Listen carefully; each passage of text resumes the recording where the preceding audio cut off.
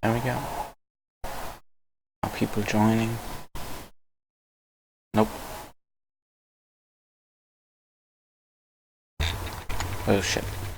Because I just start working then.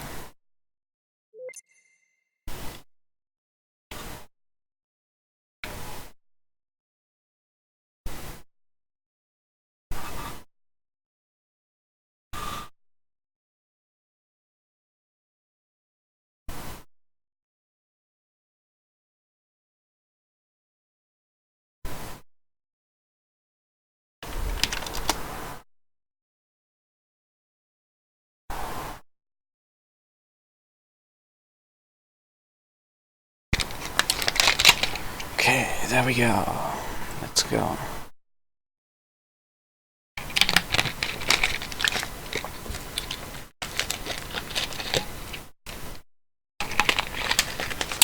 Okay. So, what do I have? I have this.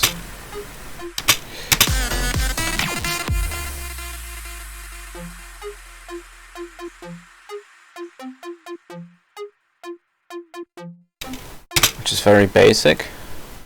This should get some EQing and some reverb.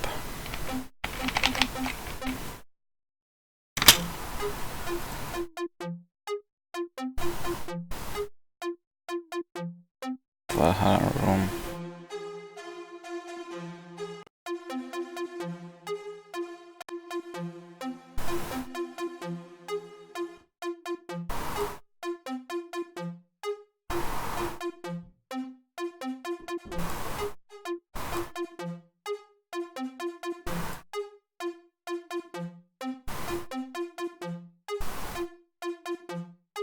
Oh shit, it's the Horse Famous Producer of the Days.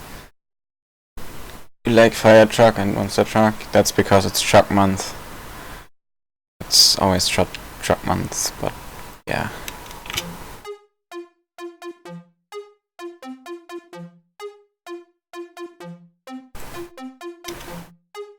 Okay, this works for now.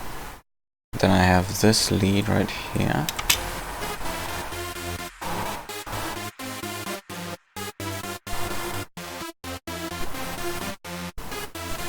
Fancy up. That vocal's not supposed to be there. Let's just move that here.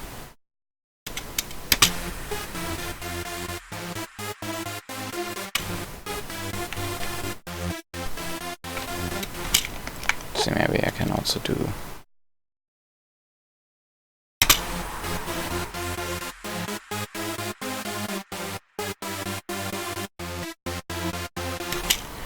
I kinda want a high octave too.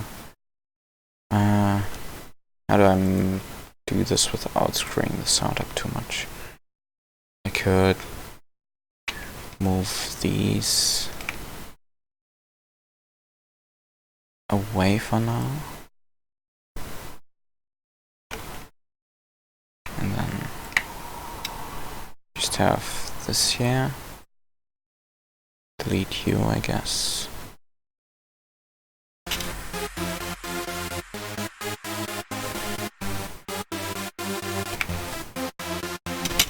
But I guess I'll play the Fs anyways.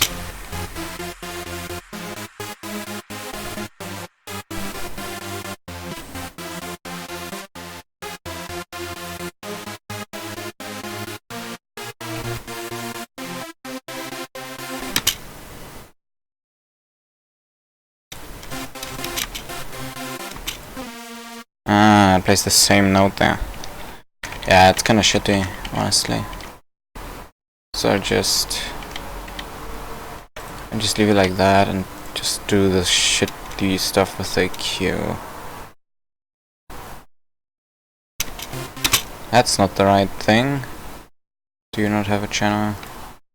I don't.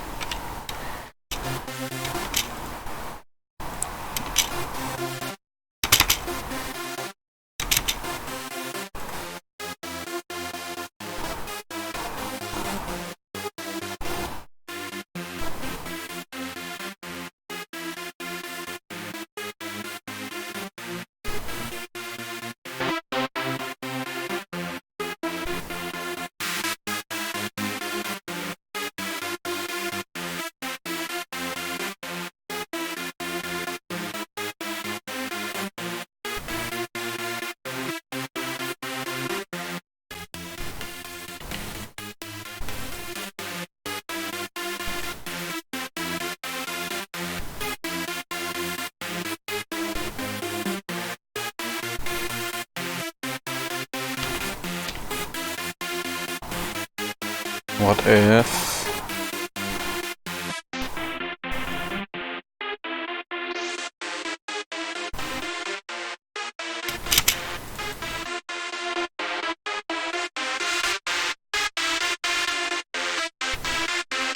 No, that doesn't work.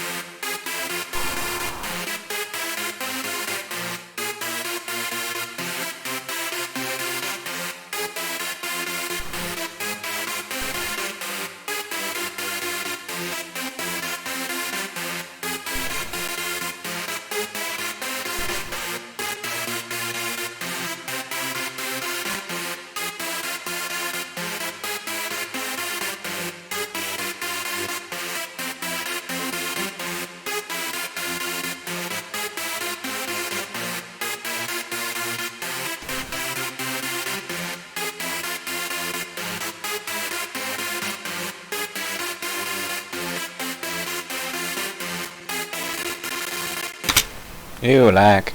Oh, I didn't pay attention to chat. Welcome, welcome. Welcome Domi, welcome to Taken. I haven't heard that name before. Upgrade of already? No. What the fuck? I'm not gonna downgrade my FL. Are you crazy? No, the higher versions of FL kinda suck. So, I'm not upgrading. Yep. So I will play this. Actually, I should make this a complete phrase and just have this come in here.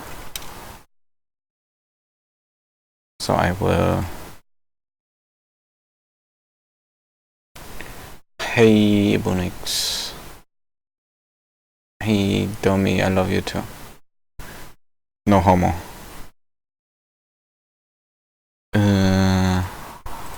Route to this, rename, saw filtering.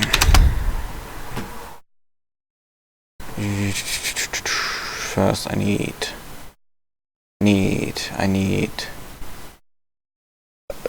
the balance. Yes. There we go. You are all the way down. And then you filter in.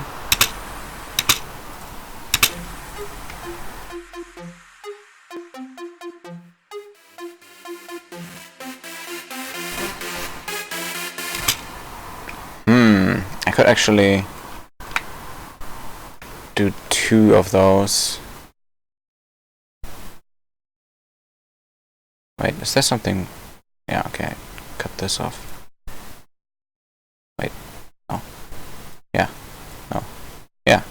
Okay. That's... I was confused for a second. So this goes there, and then I can take the end of this clip and just let it slide in.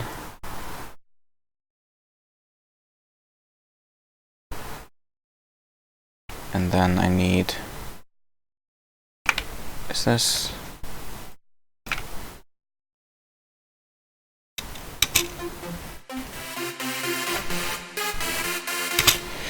I feel like this should have some more low end. Cut it too much. Wait, this is not active. Let's give this some low end back.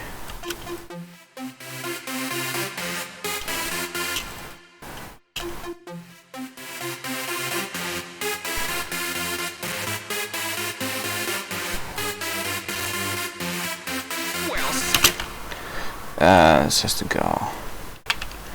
No space for this for now. Let's just do this really quick. All of this needs to go over here. Yep. And then I need a filter for this part. I need a low pass. Filter, low pass, automation. Ah, that didn't work. There we go. But the same curve.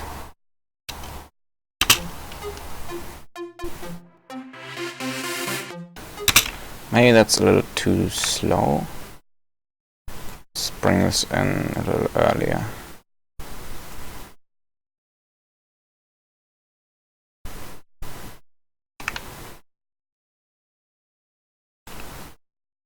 Seems good. And then this one has to go in earlier too.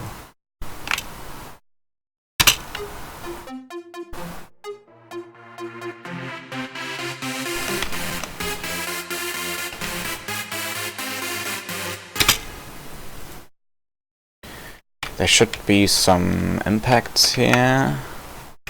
I know those aren't impacts. Let me get some impacts.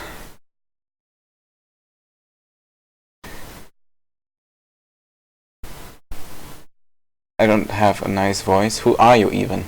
Wait. Who are you?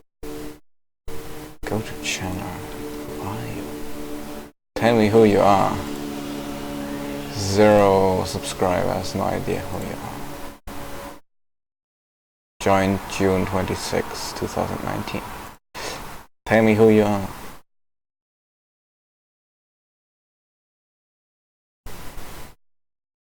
Who are you to taken? Anyways. My voice isn't nice in my opinion. But that's my opinion. FX impacts.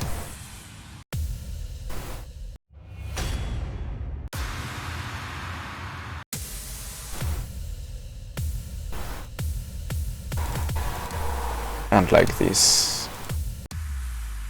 Maybe that one, but maybe I can find better ones.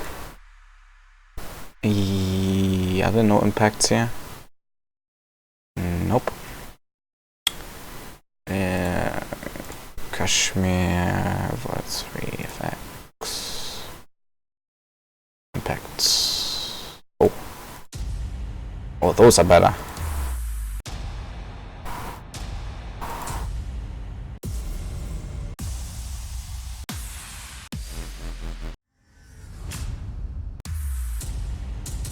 I like that one.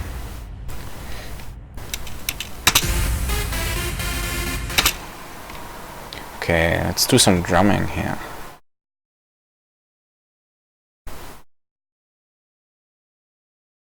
I have to do some. I want to hear this. You want to hear what? The thing I've done or the thing I've done? Because all I've done for the breakdown is this.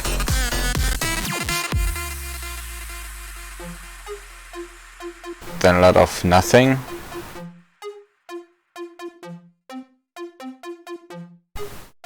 Oh, this should technically start sliding in here.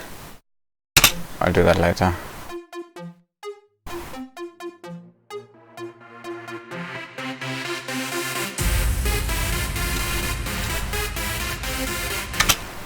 So yeah, every thingy here. But I guess you mean I should play the drop. But you have heard it already, haven't you? Anyways, I hope this won't lag, because it probably will. But yeah, this is what I've got done. Actually, it's lagging, so let me quickly project settings. Yeah, just really quickly. I'll set it back up later. So yeah, that's what I've got done.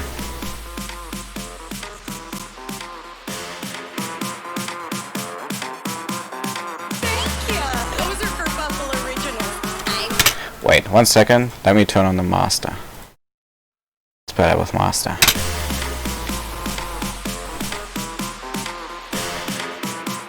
The vocals aren't done, by the way.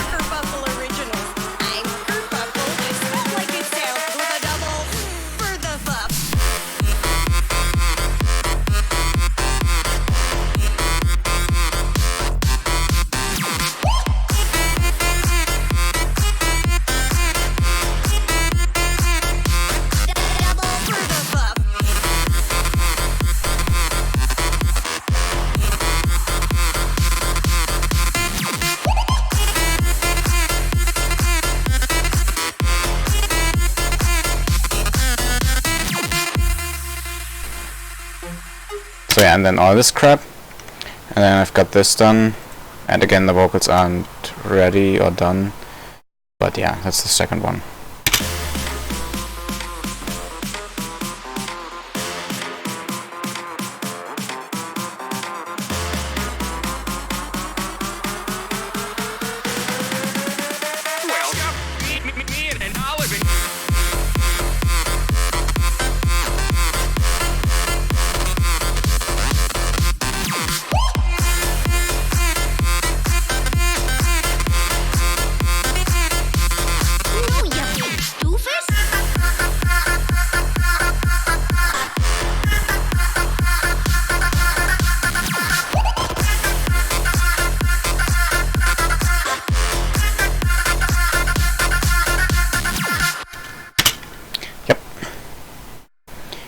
That is the stuff I've done. Yeah, let me just solo this really quick, and then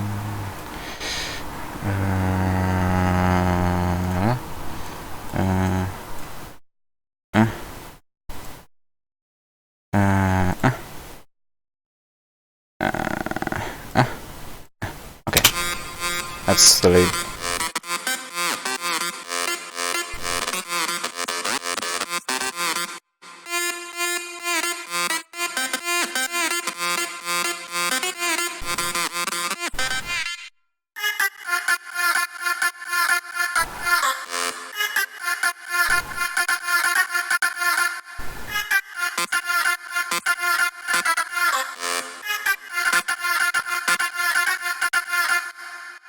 Yeah, that's the lead. And now I'm just working on this crappy breakdown thingy. Which is just a fucking supersaw. Wait, didn't I? I did. Let me turn this down a bit. Okay, the thing is with these impacts, there will have to be sidechain temporarily, so I could either do the sidechain by just automating it. Yeah, I will do that. This will have to be linked to my sidechain, and then I will just make an extra thingy, balance,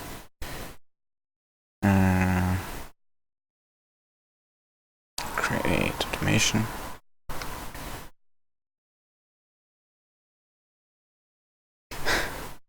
There's too lot of Melvin Bars and drink could be. Yeah, I guessed that you're sitting in the same room. I wish I was there, but then I wouldn't be here and stream. So I guess, yeah. Okay, that's not how you. That should work, but shouldn't dip this far down.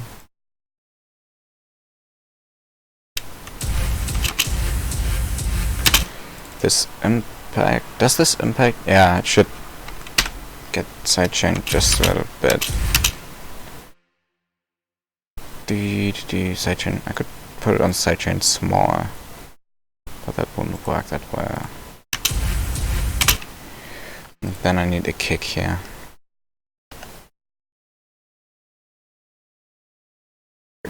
Casey, know you're gay. And I didn't know Ebonix sent a picture in the Discord.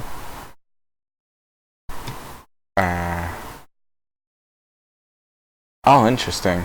Oh, that's a big screen. Well, it's not a screen, but you know what I mean. Nice.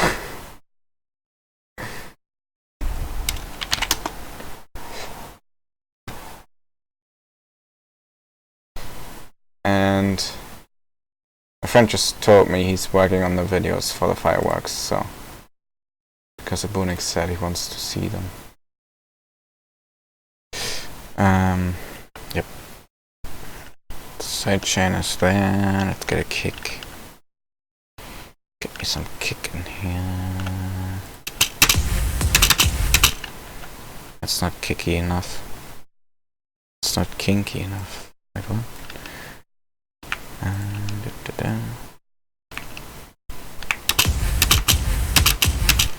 I can barely hear this kick. What the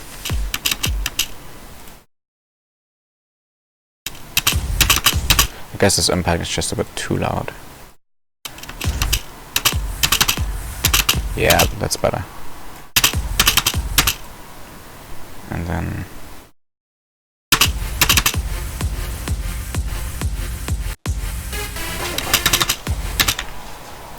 this should go up a little faster.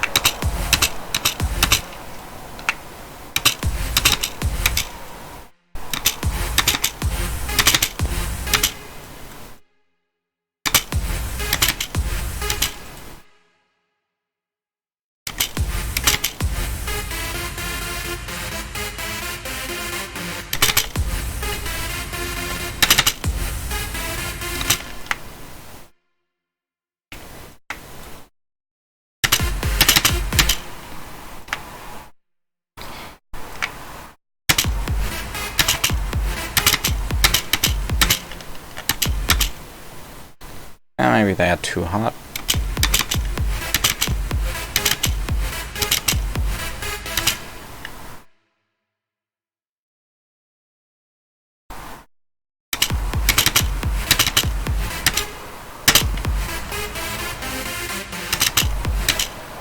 Okay, this impact could be a bit shorter.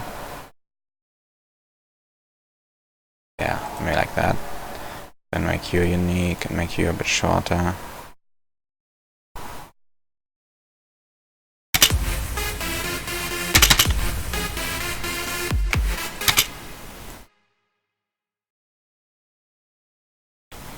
Then you end here. Then there will be another one, another one, another one. Maybe I'll space it up a little later.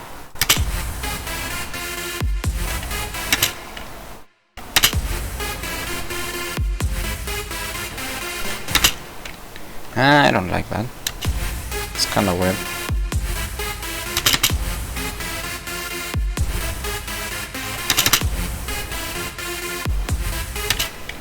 I think the impact is a little bit loud still. That's the problem.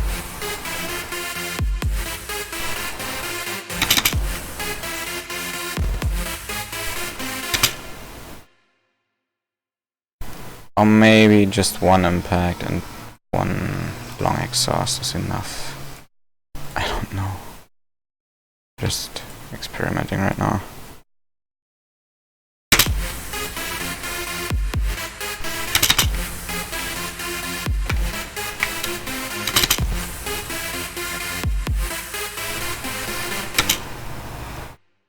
Yeah, it's a little better.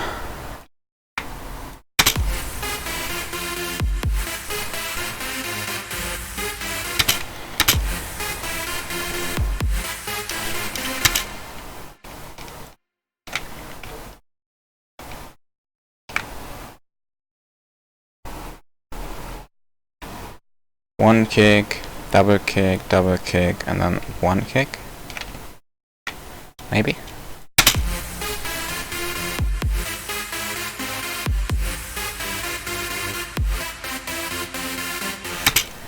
Yeah. Might work. More exhausts. More impacts. More kicks.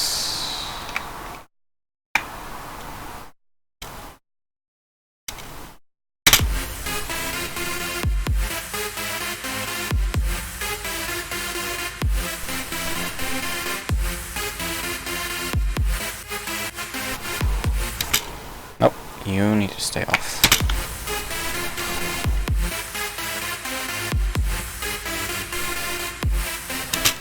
This kinda sounds weird.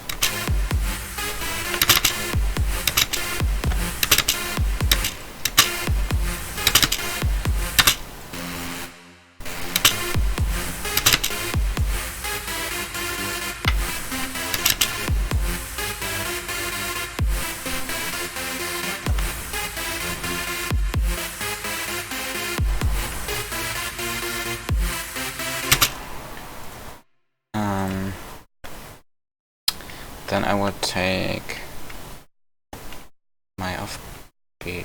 Oh, actually no. I'll take the lead.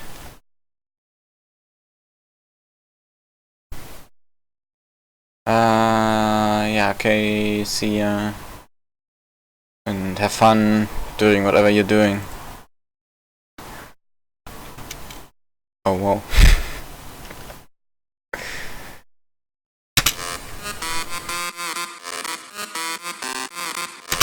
So, in my style I usually have something during the breakdown, which is just the main lead. Doing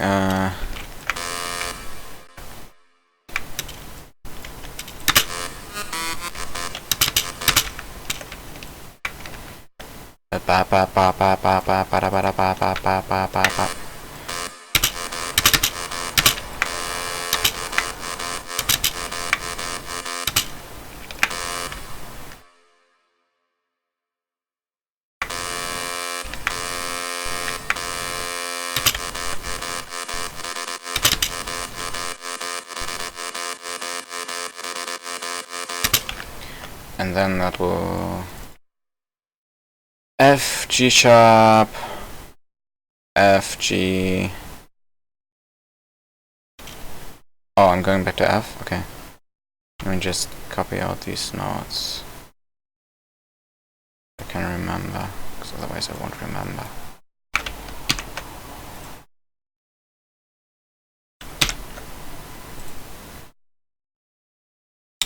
F, G sharp,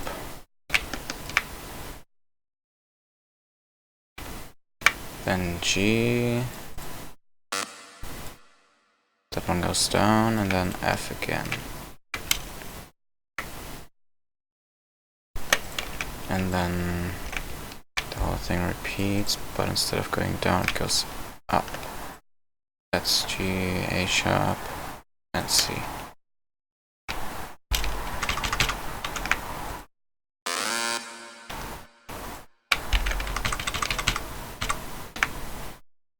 And you can go.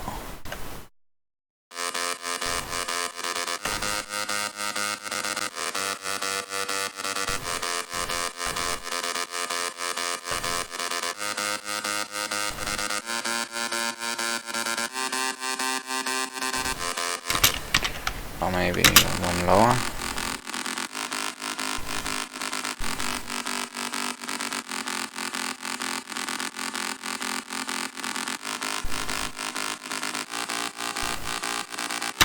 Nah, this is fine.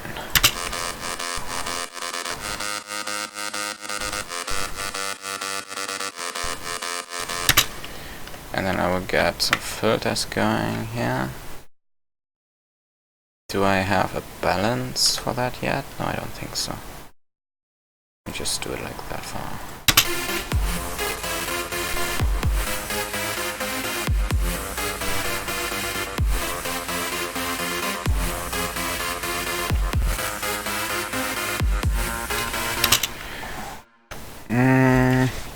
I don't like the speed.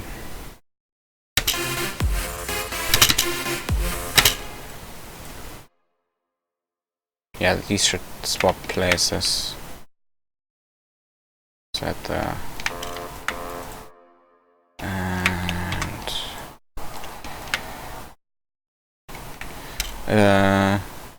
if anyone wants me to explain anything, I would try. By the way, because usually people have questions.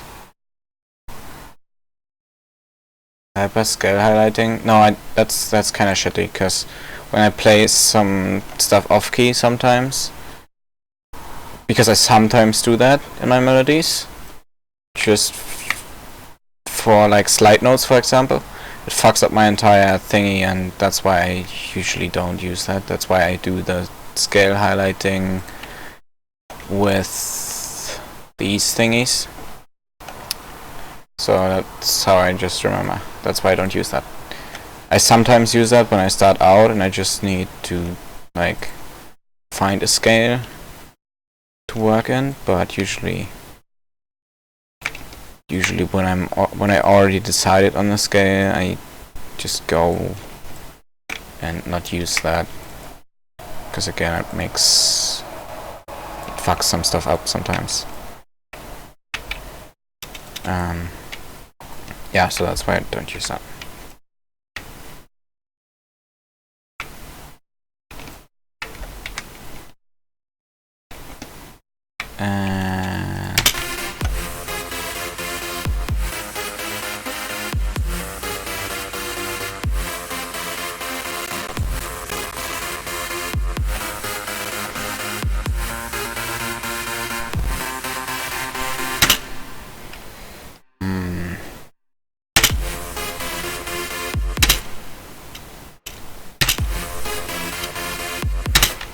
Oh, I know what's missing. Wait, why can't you hear those? Oh, they're too quiet. Yeah.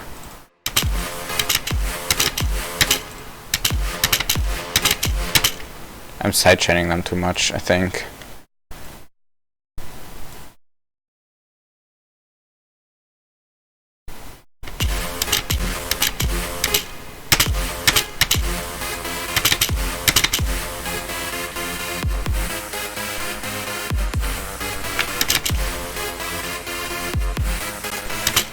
Is this even an F? Yeah, it should be. Or I could use I could just put yeah, I could put a balance on that and pump it up a little so you can hear it better in the mix. That's what I could do.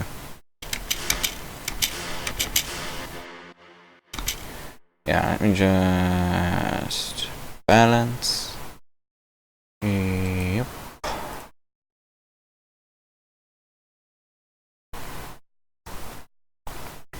Create the automation clip. Yeah, let's just put this down here for now. And then just crank that shit up. You just need to remember to put it down at the end again, so that the mix will return to normal. Actually, this one.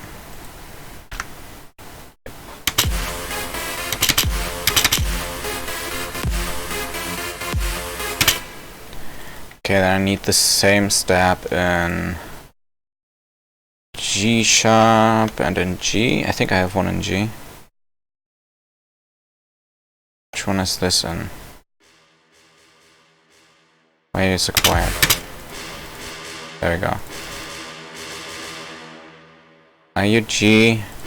No, you're not G. You're something else. You're something in C or something? Let me check. What are you? You are whatever this is. C, D, E, F, G. You're G sharp. Okay. I could use. Well. No, you're not G sharp because I pitched you down by 400 cents. So you're actually 1, 2, 3, 4. You're actually an E, but I don't use an E in that melody, so I could just use you. Which one was it? This one. Place you here.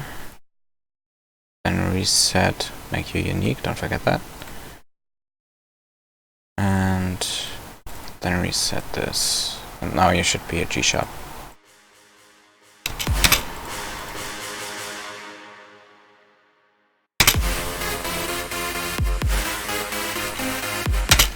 Yep, now it's a G sharp. And then I can make you unique. Now I can put you down. And go back to an F. And then go back to an F again. And then G sharp. And then make unique. Go to an A sharp, which is 1, 2 up, and the C is 1, 2, 3, 4 up. Okay, so 1, 2 up, and 4 up. Okay.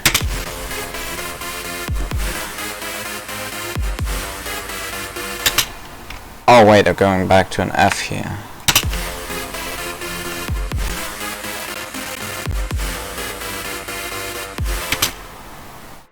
But that sounds weird.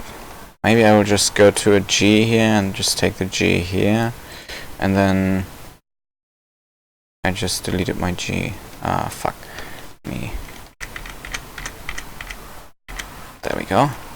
And then do this.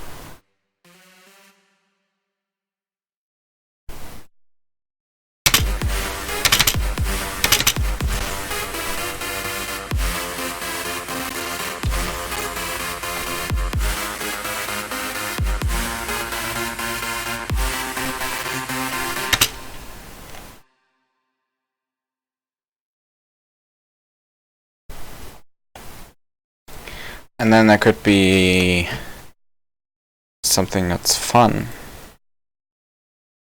which is, let me see if it has some nice drums, percussion.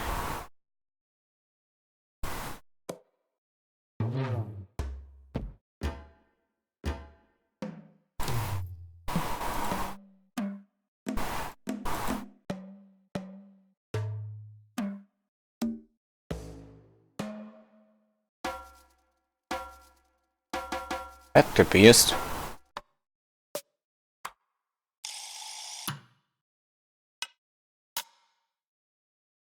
Are there pots and pans? I need some pots and pans. Pots. Do I get some pots? No, wait, what's the next button again? F3. Pots of money. Nope, that's not what I need. Oh, pots and pans, there we go.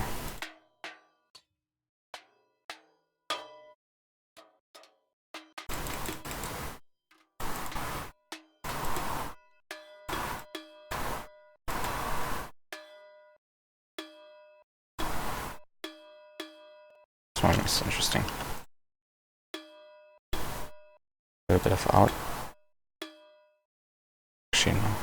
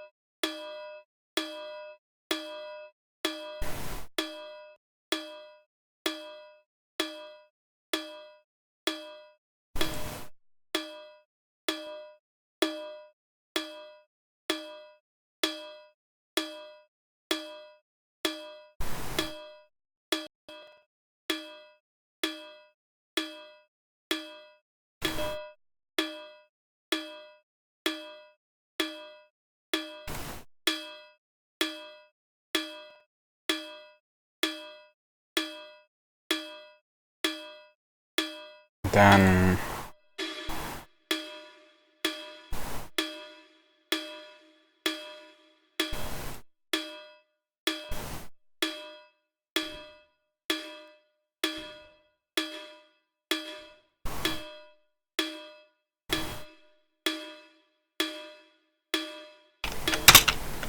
I have no idea if this is gonna work, but I'm trying anyways to be a little more creative here.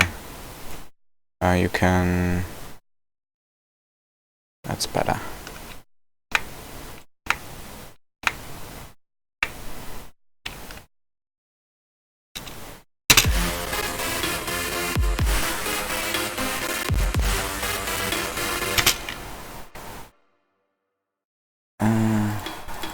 First off, you need to be louder, way louder.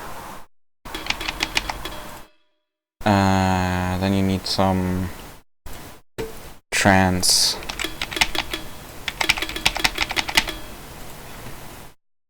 Shh, louder.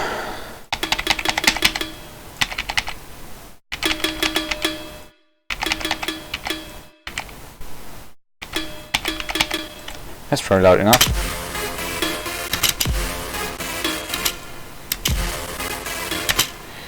Then there's another concern, which is...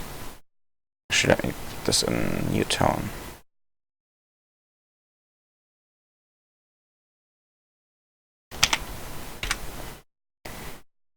What key is this in? Looks like a D. So... just take everything and put it to an F. Oh god. Okay, let's do it manually. 1, 2, 3, up.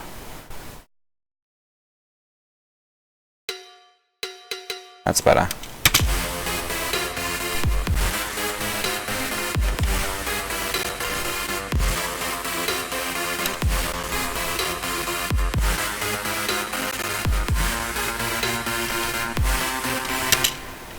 I don't know if I like this. It's kind of funny, but also very experimental.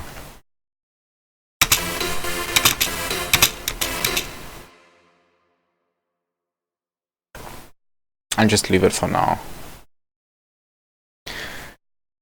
Okay. Next thing. You need to be unique. You need to be the same. You should not come up again.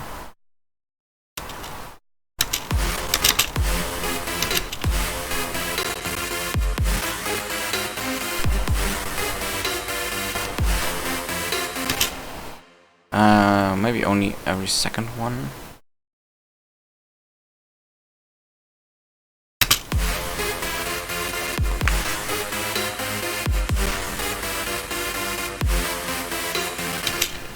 Nah, it's too inconsistent.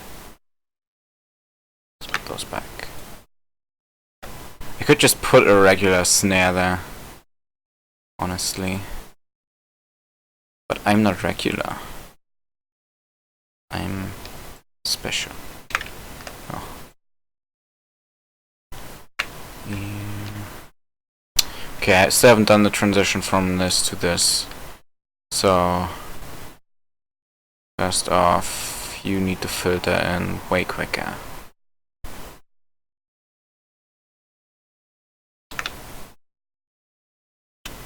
Like this. And same with the balance.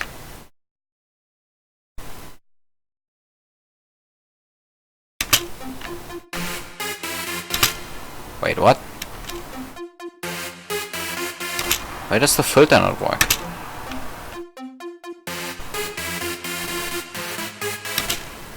What happened? Are you not linked?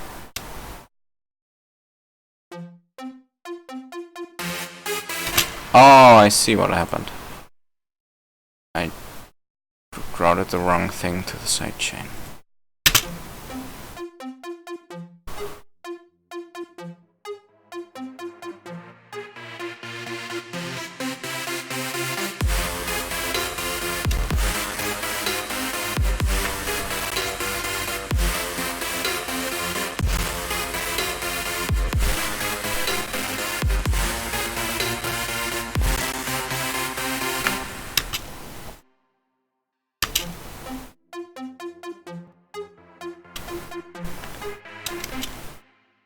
maybe the balance shouldn't go that far down.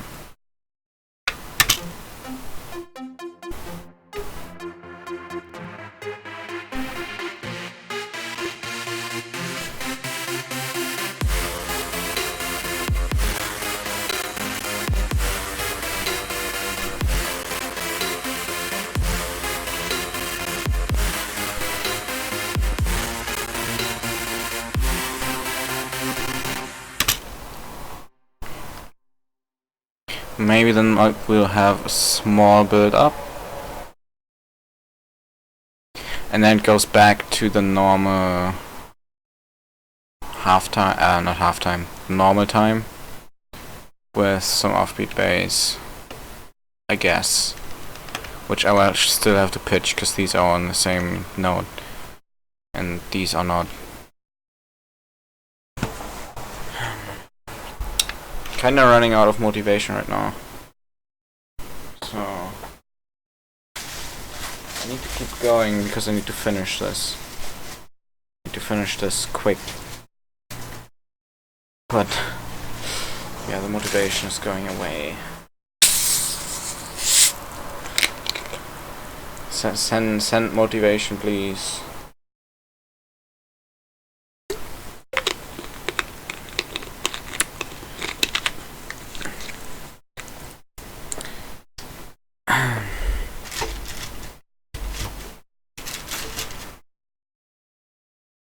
Gonna eat some chocolate until you send me motivation. Yeah.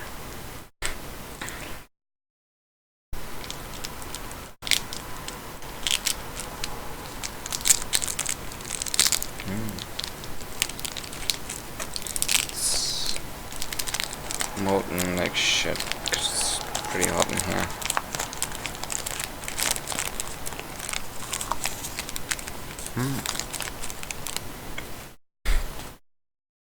Welcome to Chocolate Eating Simulator 2020.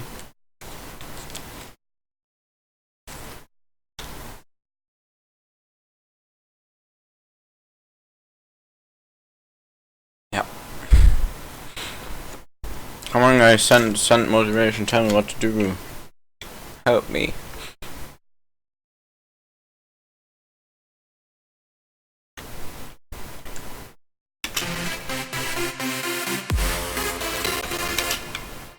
Oh, thank you. It's already gone, because it was just a bit of chocolate. Yeah. Maybe a razor here. And maybe, just maybe,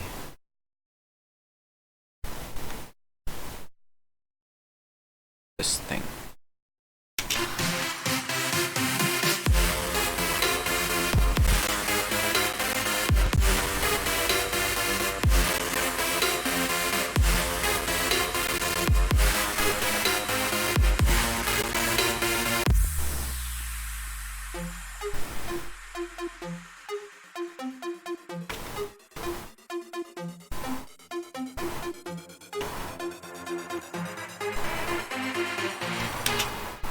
Yeah, this is too quiet. This should start way louder.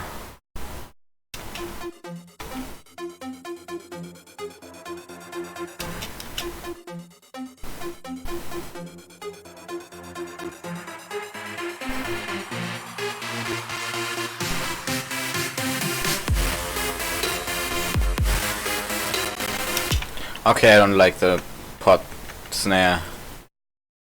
You can go fuck right off. I'm gonna put an actual snare there.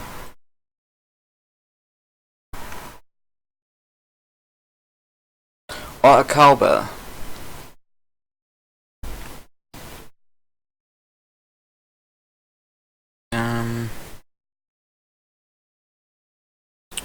Do we have cowbell?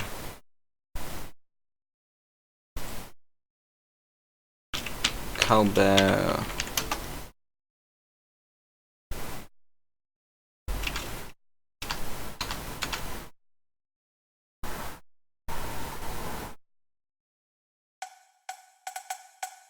Could use that one, because that's the one I usually use.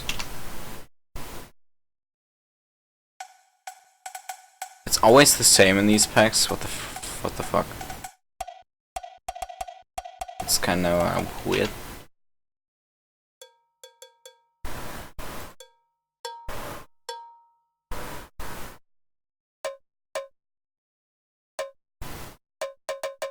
That's usable.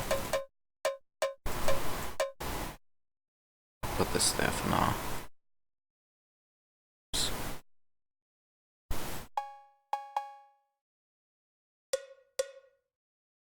Oh, that one. That's nice too. It's actually stock of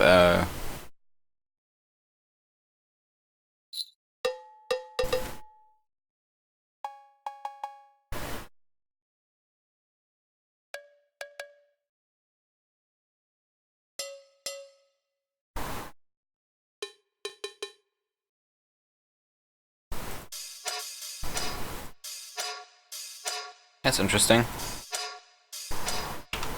Could probably use for something. Nope. Better, but nah. No. Okay, that's the thing. Yeah, I'm through with that. Okay. So either this one or this one. I guess they are the same, but the other one is recentered.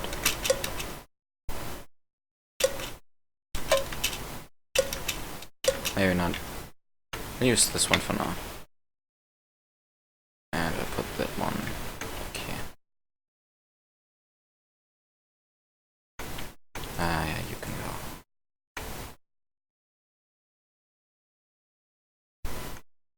And I will put this in a different thingy, otherwise I will get confused.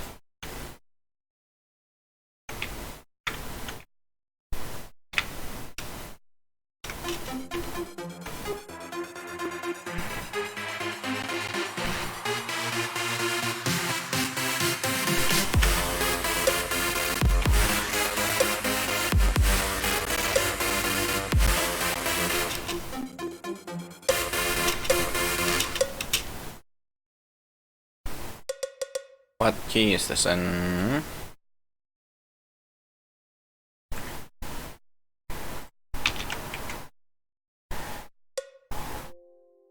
C. Oh really? Okay, so that's 1, 2, 3, 4, 5 up.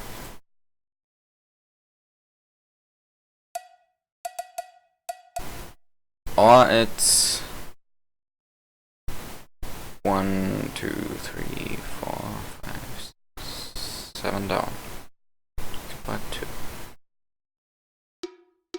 Nope. 5 up it is.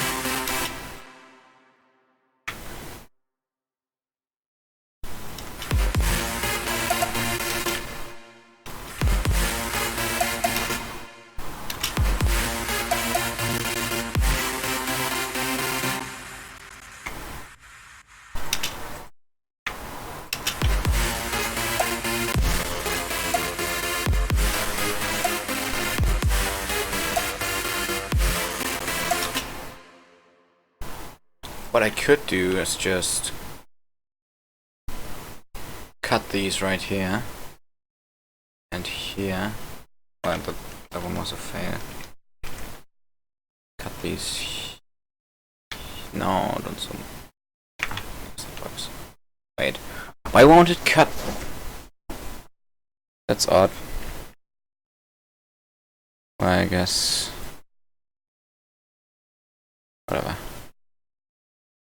And then I need another cut here and another cut here. I can remove this.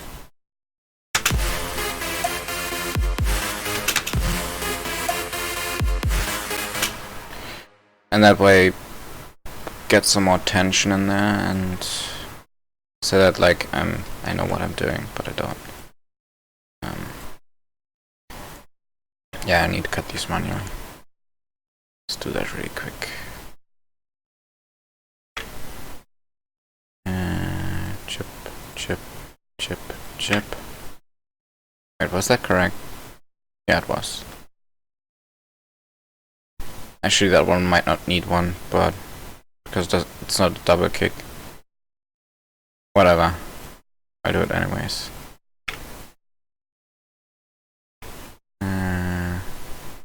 This.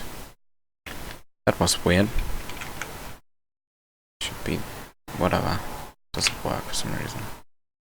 It's going all over the place right now. I don't know why that cut in that weird way, but I'll take it, I guess. Wasn't right. Yeah, okay.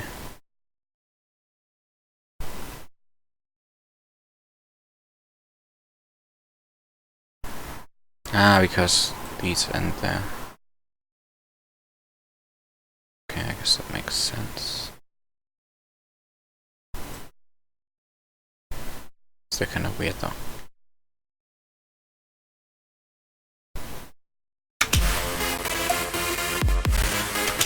Oh, I cut these way too far. I am stupid.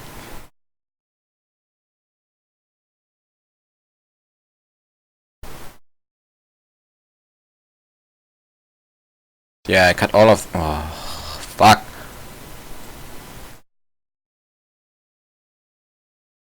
That's why they were so weird.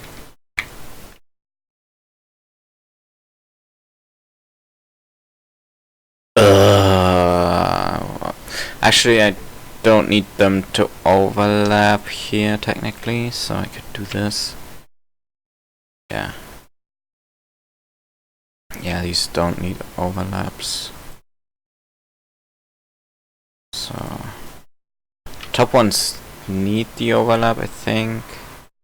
Maybe. So I will actually no. Let's just do it without overlap. That way the mix will be cleaner too.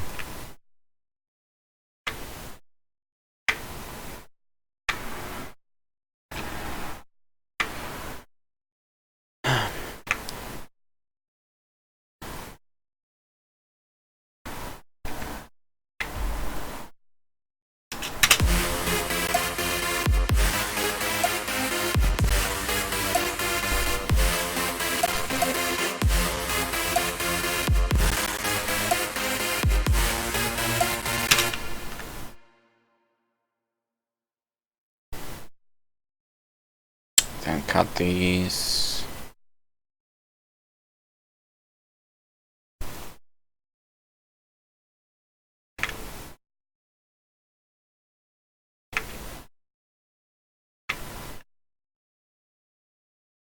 And that doesn't work. Okay. This does.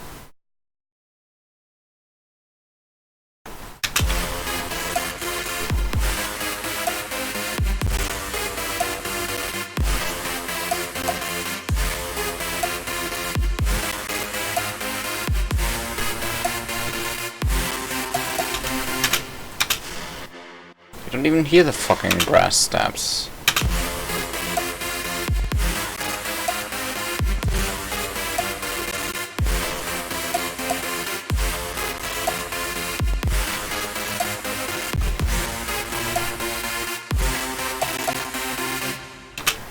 And then I could, to make it sound better. Yeah, I think that'll help a bit. with the flow of the melody.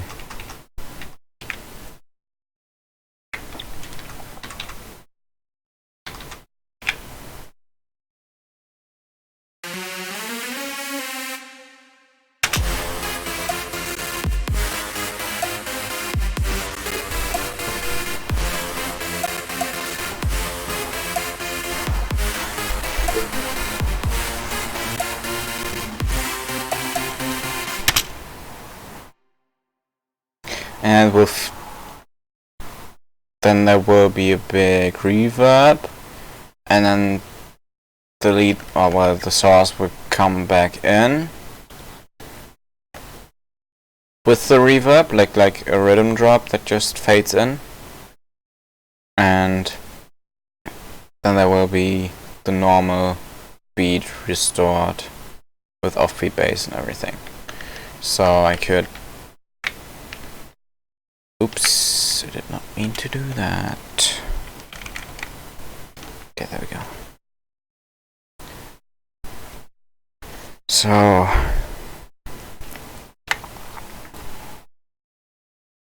the last few notes...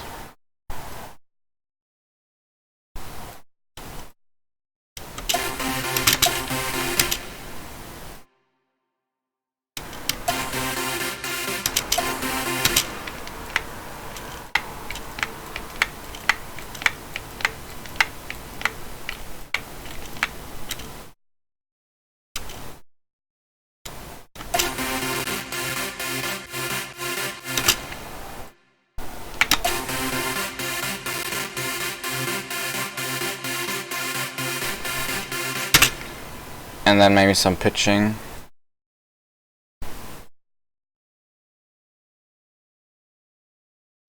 What is your pitch at? You get a 12 pitch from me. Wait, but Silence has these weird pitch ranges, so this might not work as intended. Oh well. I hope it will. It might. So this pitches up.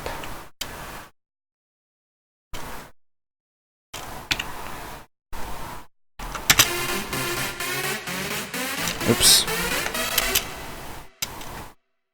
And it's not gonna pitch up that much.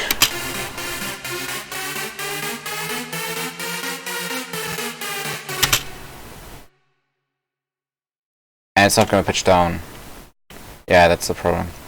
The pitch down will happen instantly and it'll just go up.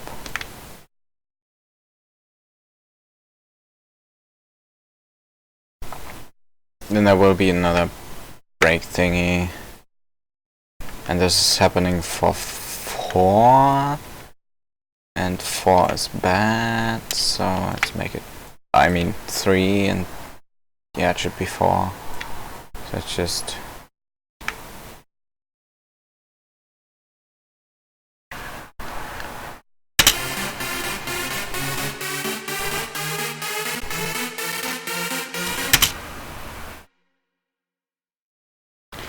yep. And then I should have made a send channel for this, but now I just do... Actually, I could have just put this song in the lead for... Oh, actually no, I could not. Yeah, it's the way I did it is probably the best way. So then I will take a fruity reverb and... I didn't even make a preset for this because I should make a preset for this because I do this quite often.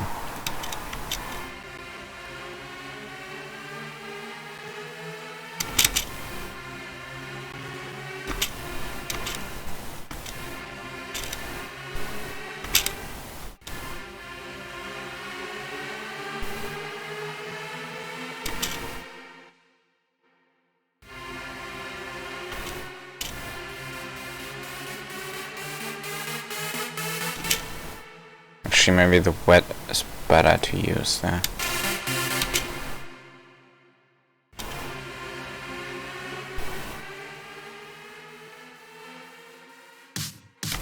Yeah, I should turn on the wet. Maybe not.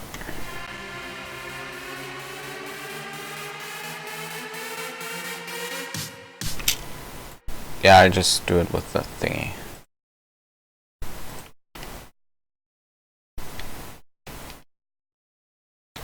Oh, hi, Rolling. Welcome.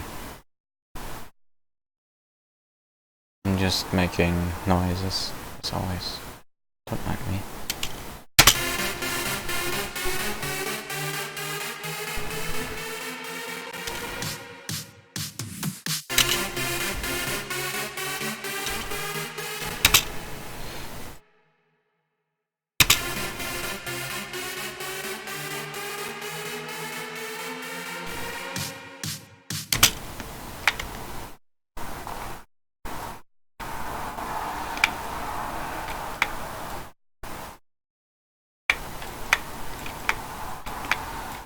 Yeah, it's gonna come down.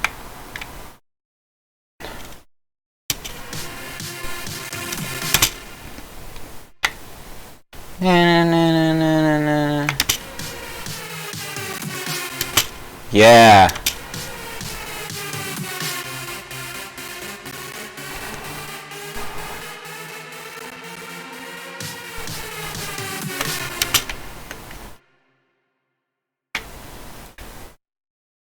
Okay.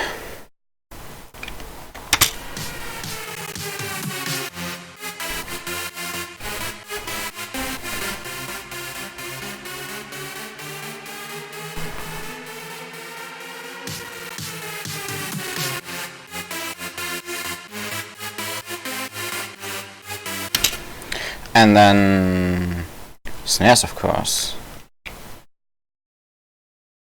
Snares. All the snares.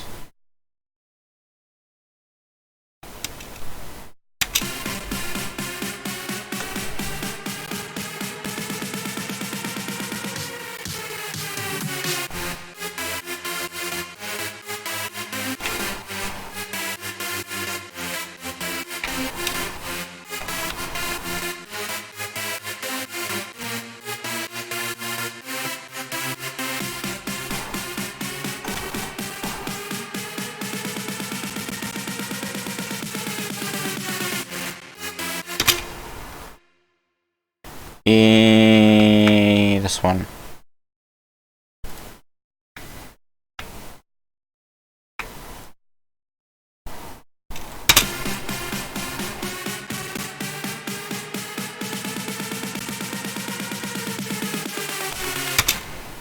Actually, put this here.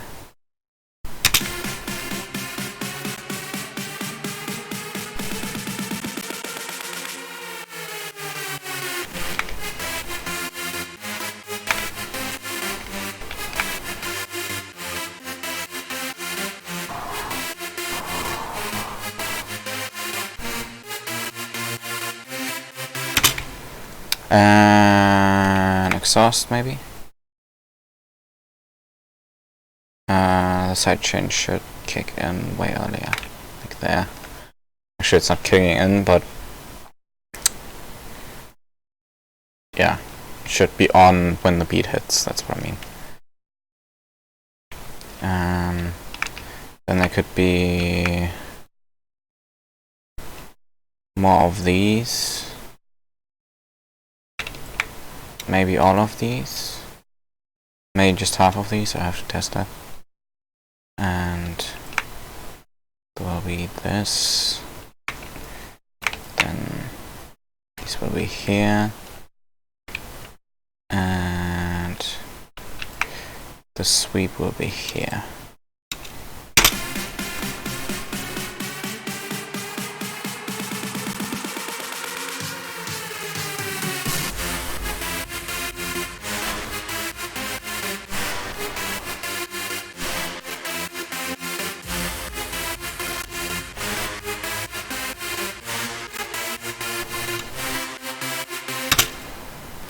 Lots of kicks. No, not that many kicks. Let's do the kicks faster. Let's do... There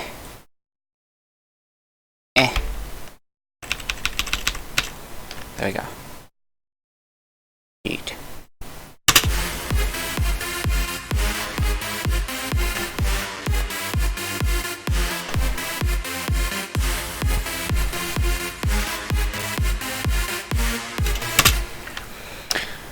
A shaker would be good. Shaker. Do we have shaker? Drum cymbals.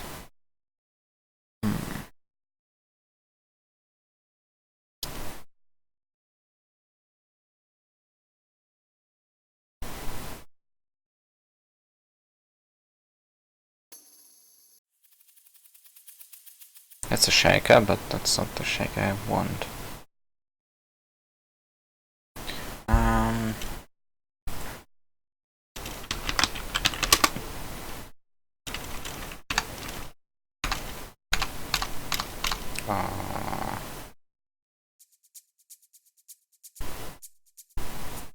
No. This is FL version 11.0. The best version.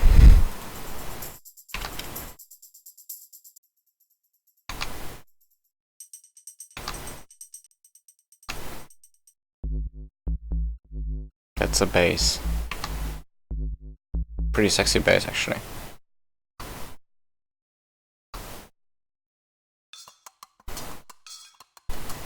Oh, that sounds lit.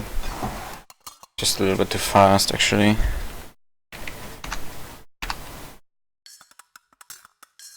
It's like for really fast drum bass. Let's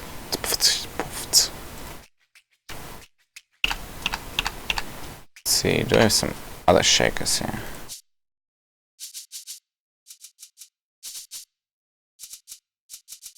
Let's just cheat and do this. What I always do.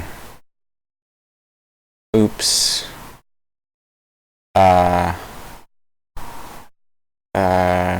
Where was this? There. The best shaker, honestly.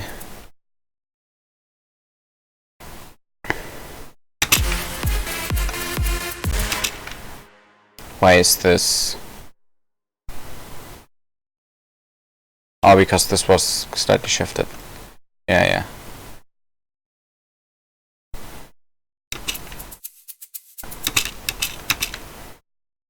Let me see. Actually, no, this is...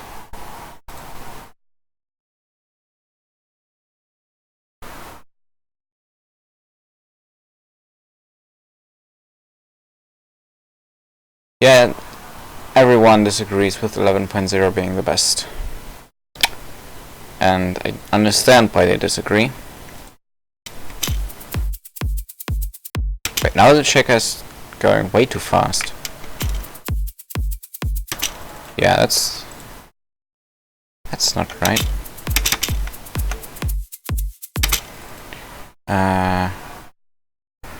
Auto detect, let's put this to... Wait, no.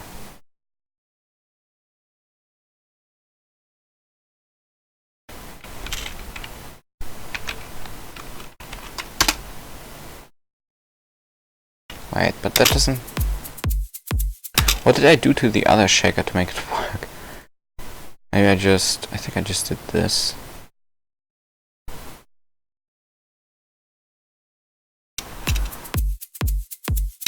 It's too slow. That works.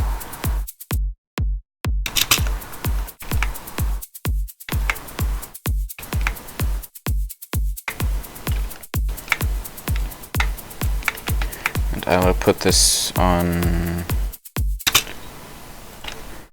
channel, and this goes to side chains more.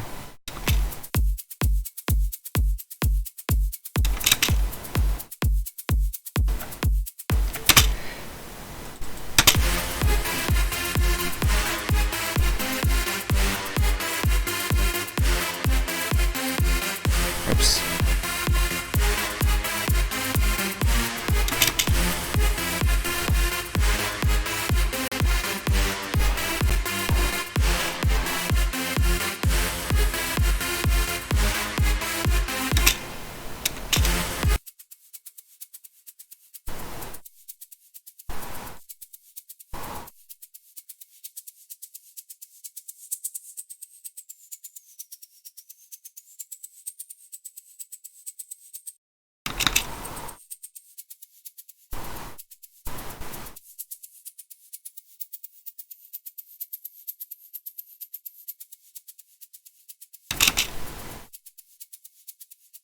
it's much better.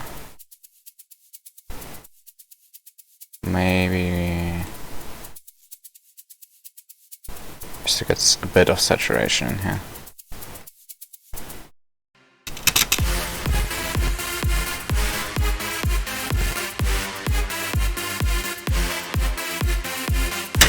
And I would route this to big sidechain. That's better. Yeah.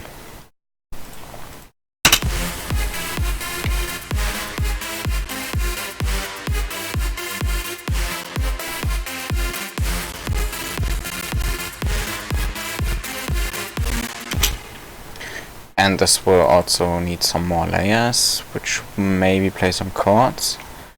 And then an offbeat bass.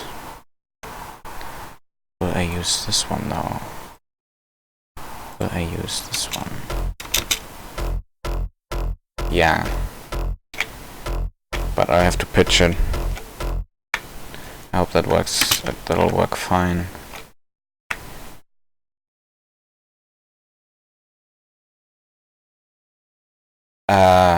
Yeah, FL20 is trash, honestly.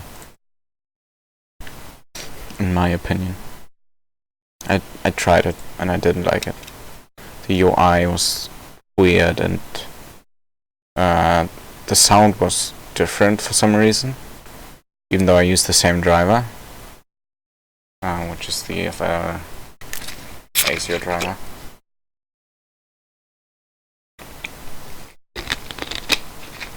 And when I load up projects, they broke. And I would expect this when I go from 11 to 20 or 12. But I don't want my projects to break, so I would stay in this version. And why would I want to change? This version works fine for me, so that's why I still use this. Okay, let's get rid of you for now. Actually, I could have left a bit of that.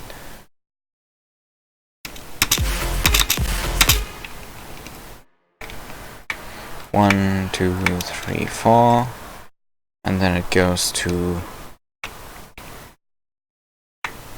a different node. Actually, to illustrate that, I will actually do this. I'll do the sub in one pattern.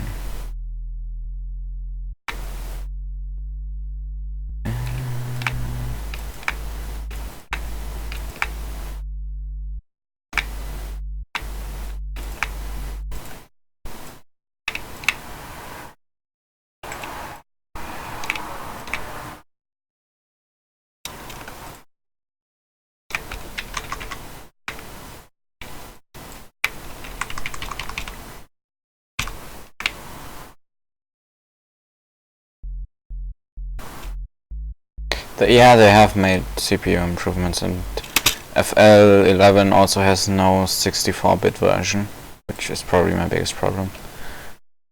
But whatever, it works. It works good enough. Yeah, this needs to be unique. This needs to be unique. You need to go... How many up? 1, 2, 3.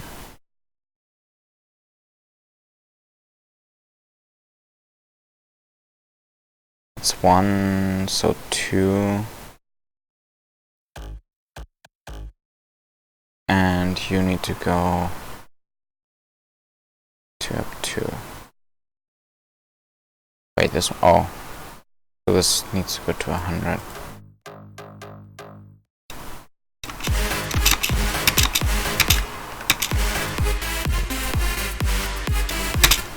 Yep, that works.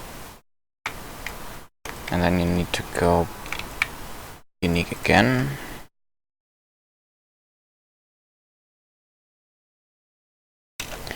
And you need to go 1 down.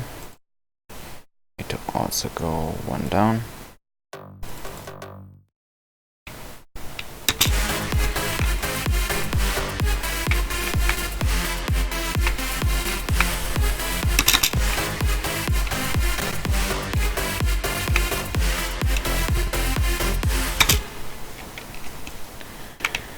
It's F again.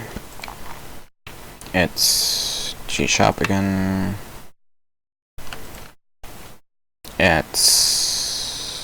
Now it's A sharp, so I'm going 1, 2 up.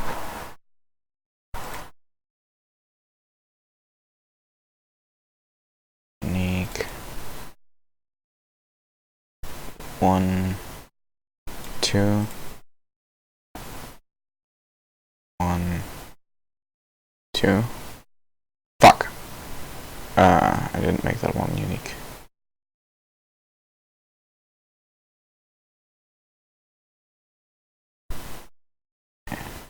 One, 2.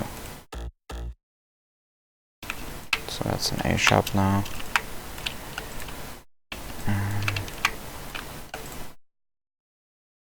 Make unique. 2 up again. Unique. 2 up again. That's really high. But hey, it should work now. Oh, hey Alum! Oh my god! I'm streaming with FL ASIO.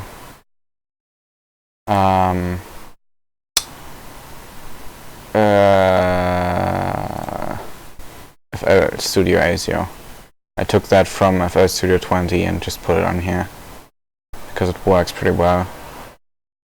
Because with ASIO for all you can't hear other things. Like if I'm looking at a reference song or looking at other stuff, I can't hear the other stuff while FL Studio is open. So that's why I'm not using ASIO for all. If that makes sense. And FL Studio ASIO you get FL Studio and other stuff. So that's super cool about FL Studio ASIO. Yeah. And so happy that you're watching my stream. Yeah, it's a thing. You can't get it. I don't think you can.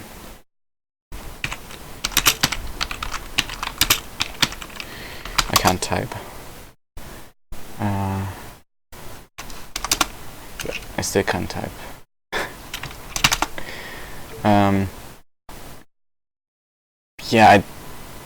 Yeah, you can't just download it, I think. Or maybe you can. It's ASIO for all. I don't think you can get it standalone. You get it with... Oh, actually. Yeah, you need to install FL Studio 12 at least, I think, and then you get it. And you can... And once it's installed, you can uninstall FL 20 again, as far as I know. And then you can use it in FL 11. That's how I did it. Yeah, FL Studio ASIO only comes with FL. Yeah, that's the thing. So I tried FL 20 and I didn't like it. And the only thing I kept from it was the FL Studio ASIO. So yeah, that's how you get it. I wonder if this one works. Probably not. I don't want to fuck things up now. But yeah.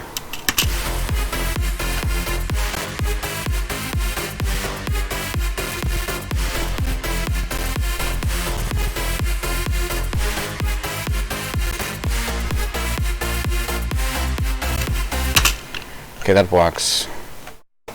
It's a bit laggy right now. Oh, you play with 20. Yeah, then you should have it. Then it should work. Yeah, no problem. I'm so happy that you're watching my stream, because, like, you're a very cool person. You make good stuff. And you're a very nice person. Yeah, I'm just trying to finish my Ponies at Dawn song and I'm struggling a bit, but yeah. It's always a struggle. This one should stay up. What else does this need? Needs claps. These ones. Yep. Put them here. Yep. Very offbeat.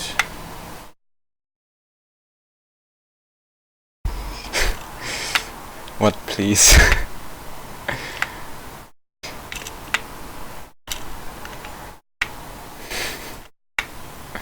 Also, you can call me Iggy. My musician name is Black Ice Music, or my OC is called Black Ice, but usually online I'm called Iggy.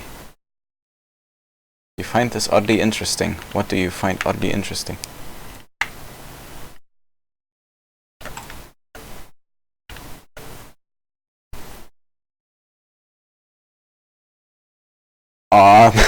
Thank you. I need to frame that comment. That means a lot to me. Thank you.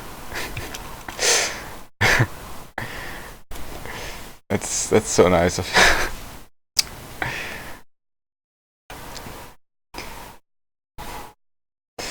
Thank you.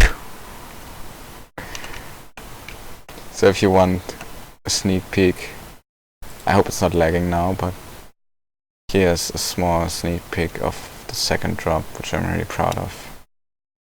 So yeah.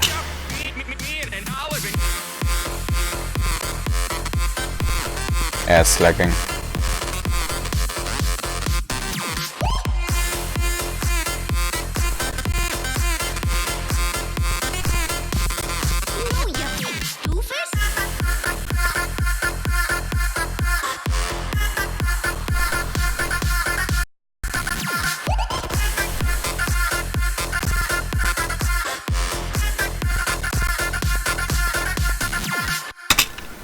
Yeah, sorry for the lag. I can't fix it right now.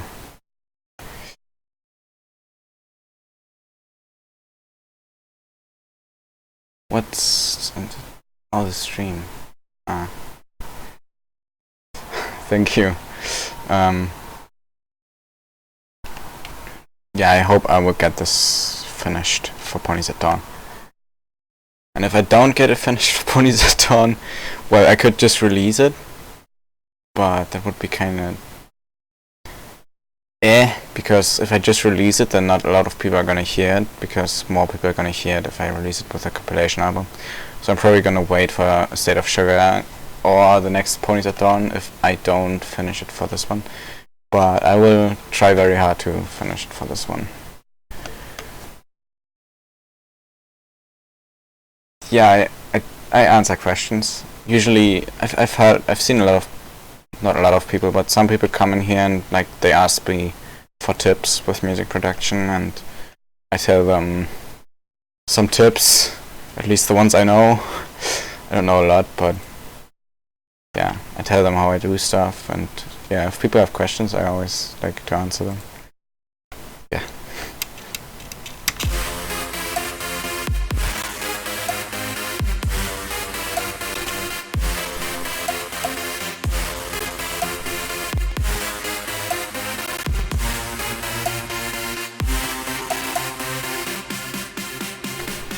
Okay, this gets really quiet for some reason.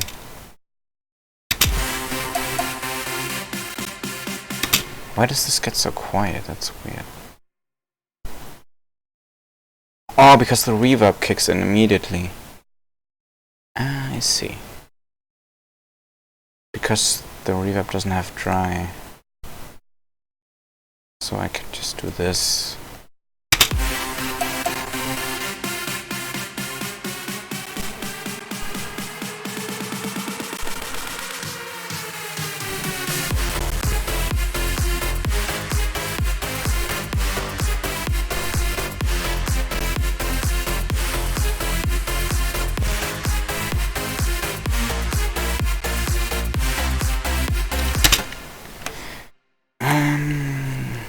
This still needs some stuff. Like, this reverb makes this way too quiet. And there might be a way to... Where's soft filtering? Reverb. I think I have to put the wet all the way, then it might not be this quiet.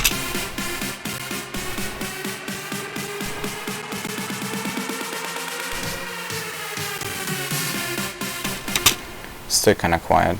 Guess I will just use the balance and just boost it up on the balance a bit. Where it goes up.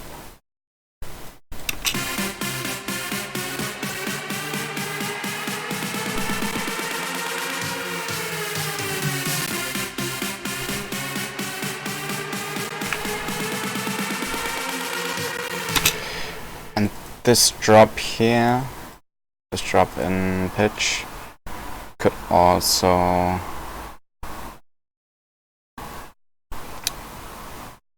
have some gating. Put you up.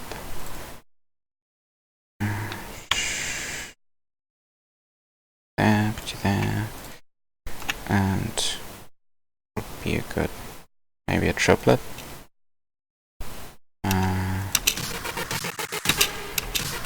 Why is it so laggy?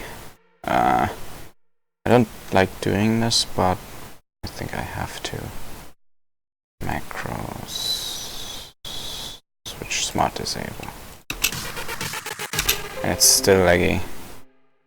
I guess I will close you for now. Maybe that'll make it better.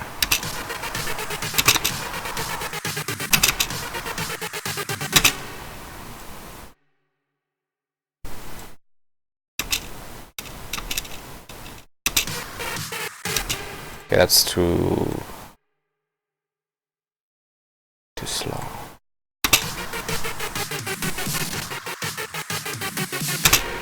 Yeah, triplets could be good if this.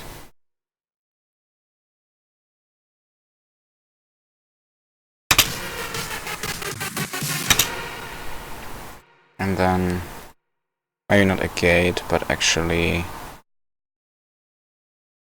a very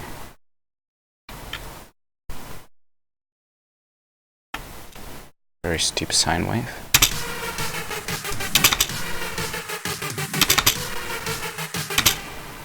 Or maybe just a sine wave.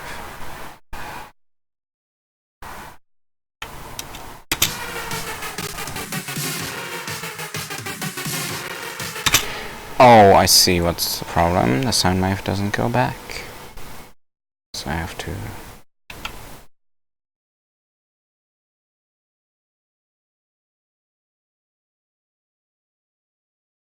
do it like this.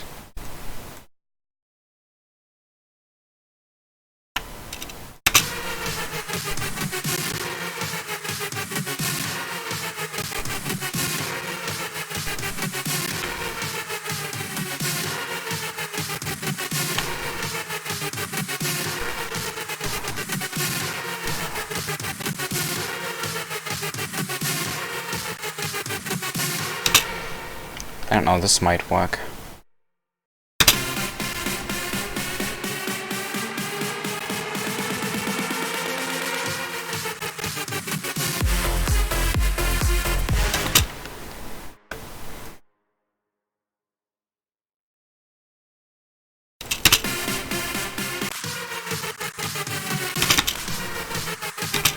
Yeah, it shouldn't go all the way up.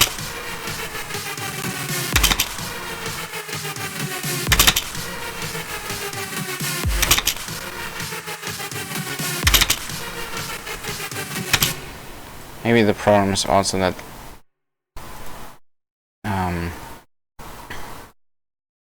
the nodes were in triplets, so they kind of got interrupted by the triplets, and now it should be.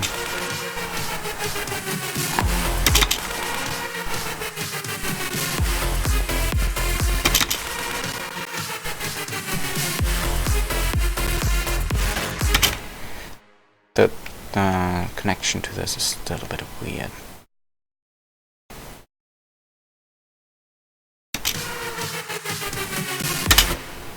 This could also have a filter on it, like a high pass or something.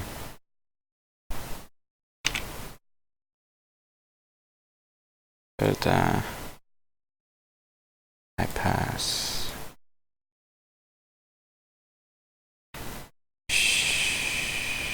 Just a little.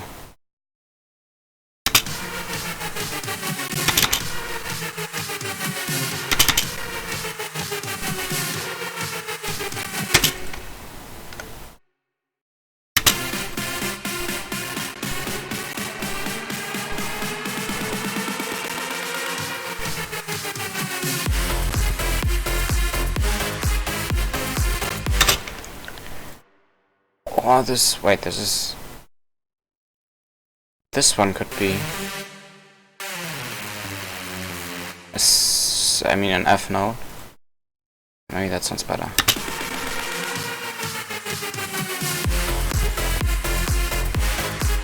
Because after all, that's what the first note hits as.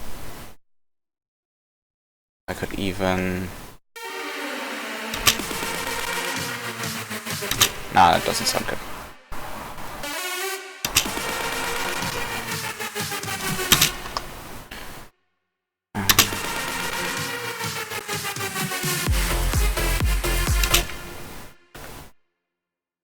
This gate doesn't sound so good. Weird.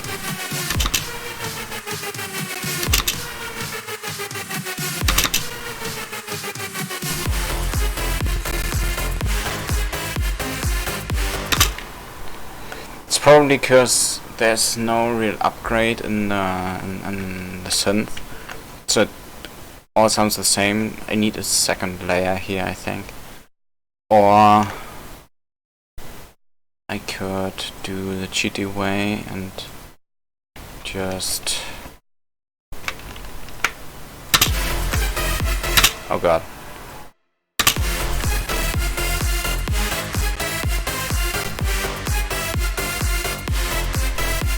I don't like that. It sounds weird.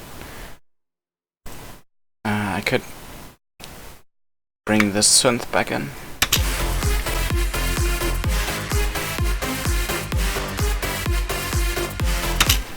But instead just play the whole melody. Or even better, I could use this one.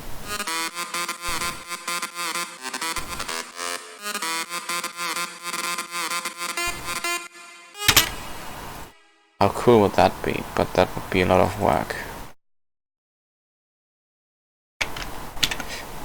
But I'm not lazy, so I will try it. At least I'm not lazy today. Usually I am lazy. Yeah, this clip is not. Put you here. And then put you there twice. And then the challenge will be to... Well, a challenge. I wish there was like a script for this. Because what I usually do when I write these bass lines, I use the same... Wait, that's... Oh yeah, I can't show it here, but I use the same note and just put them as the bass line, the same note length.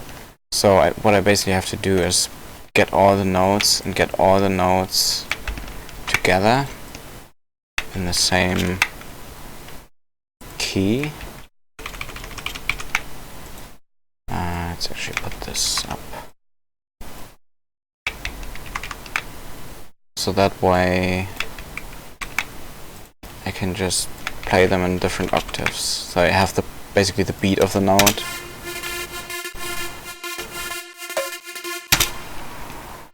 And I can put them in the bass line that I want to play. Yeah, I've been looking for a way to do that, but I haven't found any. Like, I've been looking for shortcuts and everything, but there was none. Maybe there are some in the newer versions, but I don't like the newer versions. So, yeah, This was a C. I mean, it's not that slow, so it's usually pretty quick to put all the notes. Nah, because usually it's not even 12 notes, because you don't have 12 notes in a scale, and usually it's just like 6 or 7 that you have to put in. So the other one's playing soprano.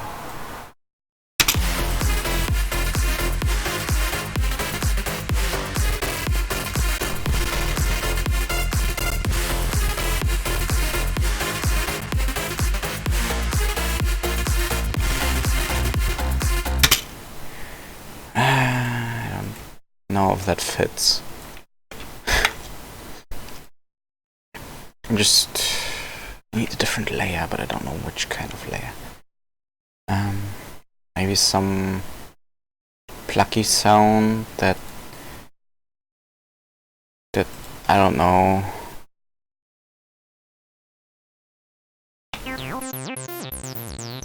Yes, the good old 303 up. So.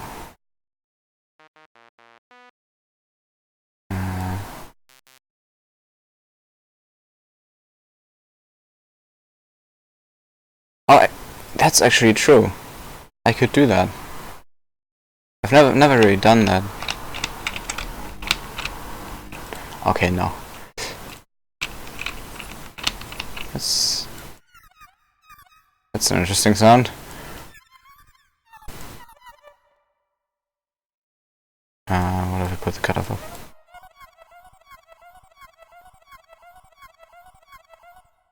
I am weirded out, but also I kinda like the sound, but it doesn't really fit, so. Okay, this just makes nothing.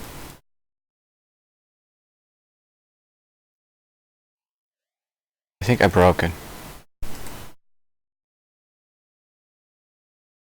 Did I break it?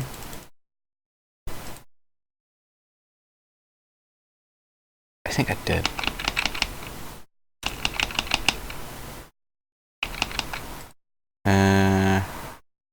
Let's try something in Serum.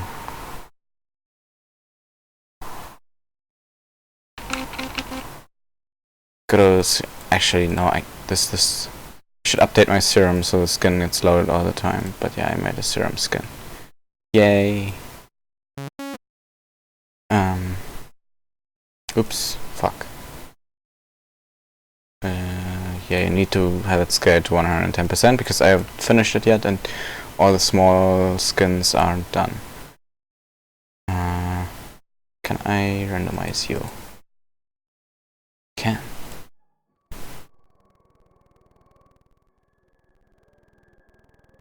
Okay, what the frick? Oh god, this is making a sound by itself. I'm not pressing anything. I'm scared to press something. Oh god.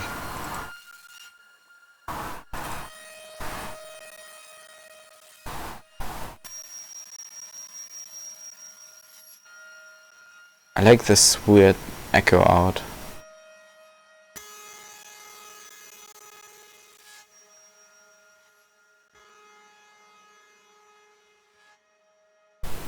I'm gonna save that.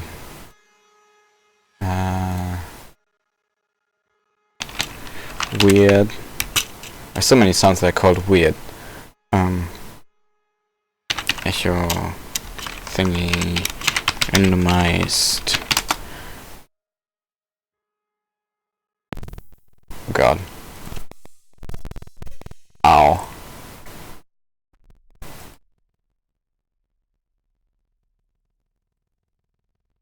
Yeah, I think Serum isn't the right thing to randomize, because there are so many options in Serum. Whoa.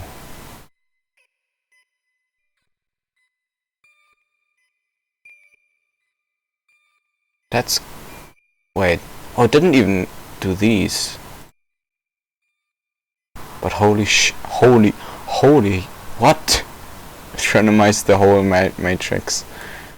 Usually you only have like 3 of these which do something, and here it's just I don't even know what's happening.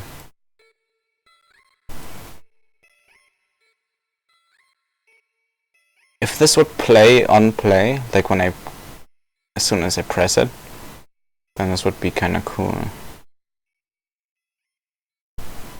But I don't know how to do that. I don't know what's delaying it, honestly.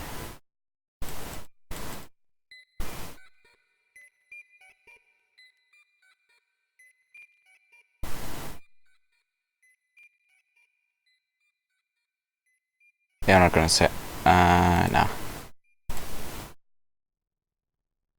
This is just gonna do nothing. Oh god.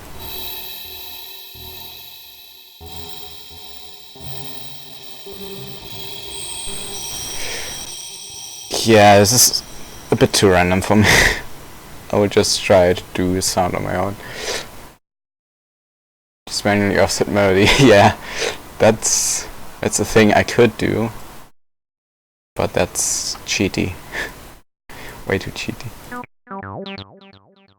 I will just do manual sound design somehow, because I have a sound in mind, but I don't know if I'll be able to do it.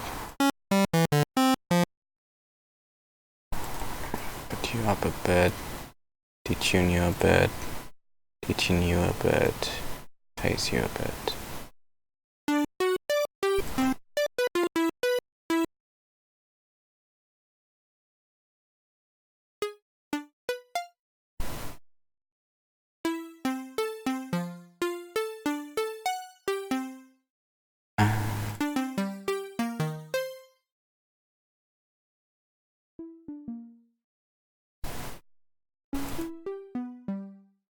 Yeah, I think I'll just...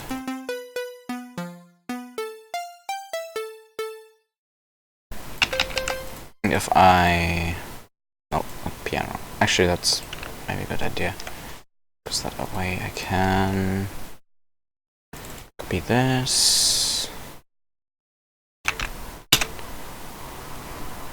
New pattern.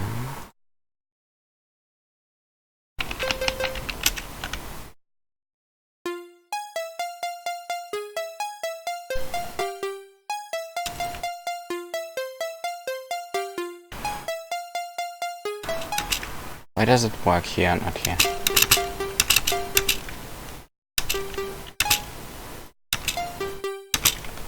That's weird.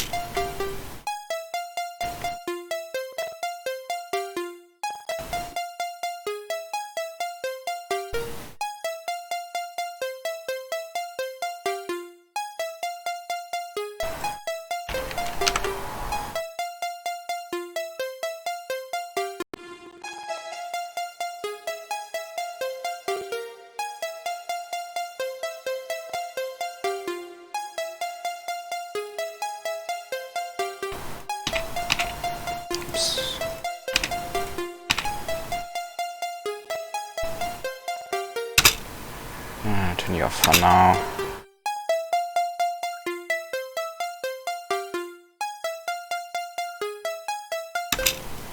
Maybe just a few snipes in here. Yeah, that one's pretty bad.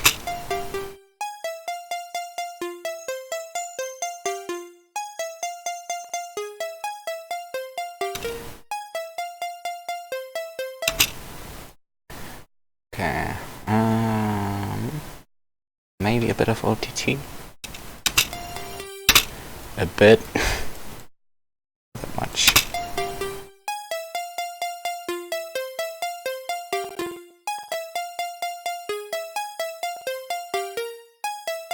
Then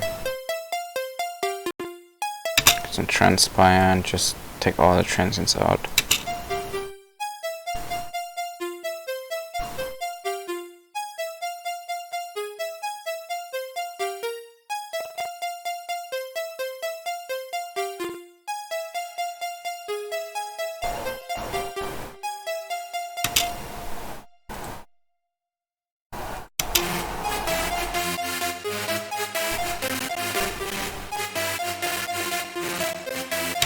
I hate this fucking lag.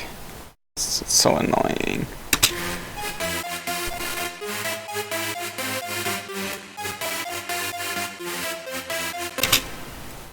This needs to be changed.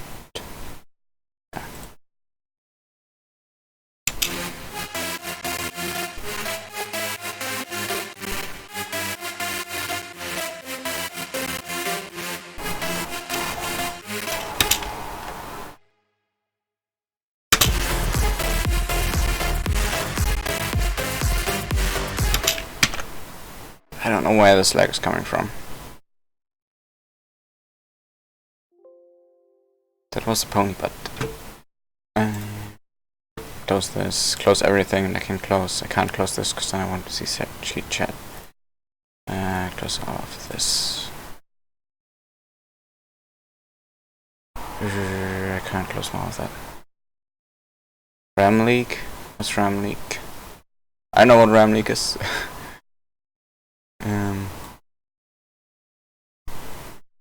Refreshing. Oh yeah, yeah. Okay, that's a good idea.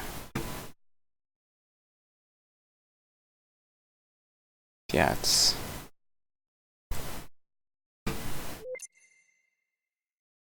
could be a good idea.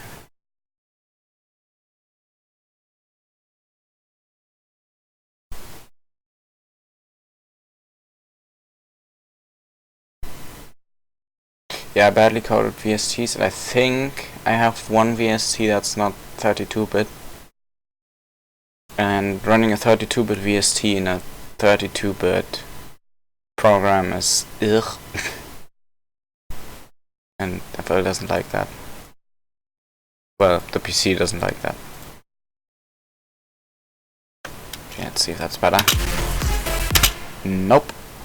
Yeah, it's the CPU, I think, not the RAM, because this is RAM, and I've had this full before. It goes up to like 4 gigabytes because this is only 32-bit, and this is CPU, and I don't know why the CPU is, because it says CPU usage is only pretty low. If a Studio Launcher, like I could give this. Why is Windows 10 so weird? I could give this real-time priority. I've never done that. So if my PC crashes, you know why it's gonna happen. Oh, I haven't saved yet. Oh, I saved earlier. Yeah, saved when I restarted.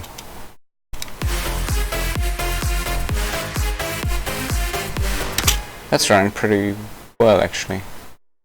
And then I could... Now this is all set to the highest that's possible. I could technically change the project thingy to less, but then you can't cut that detail anymore. Like, you can't see all the details of the sounds, and I hate that. So I will keep this at least a little higher for now. Let me open up the stream again. Yeah, I think it's... Never mind, the lag's back. Let me try the F12 trick.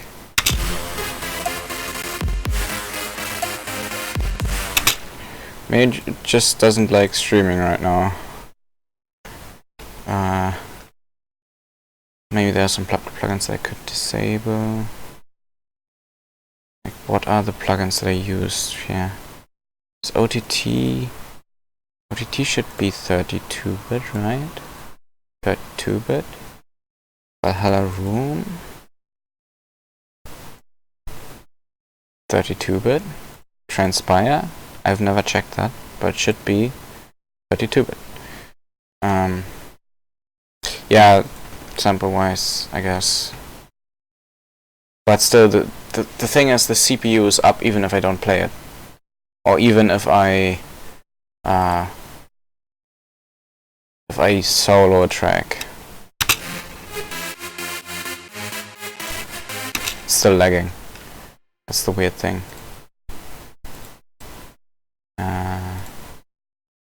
Oh, I didn't even... Yeah, that's better, I guess. Now you can tell more clearly. Yeah, I've had this on my old PC too, and I think it's due to the plugins. I think there's a way macros select unused channels, and that way. And now I can. There's a way. There was a way. How did you? No, it just plays it. Oh, you can. Yeah, hit delete. Wait, no, that's the pattern. How do you delete?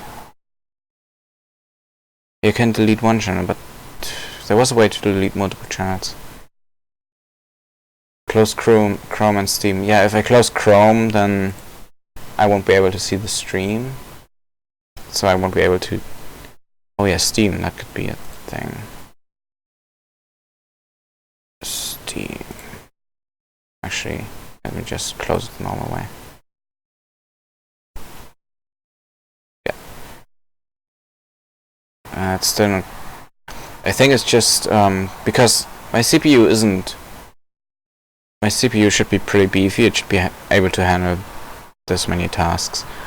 But it's just the internals NFL that plugins that are doing the bad thing.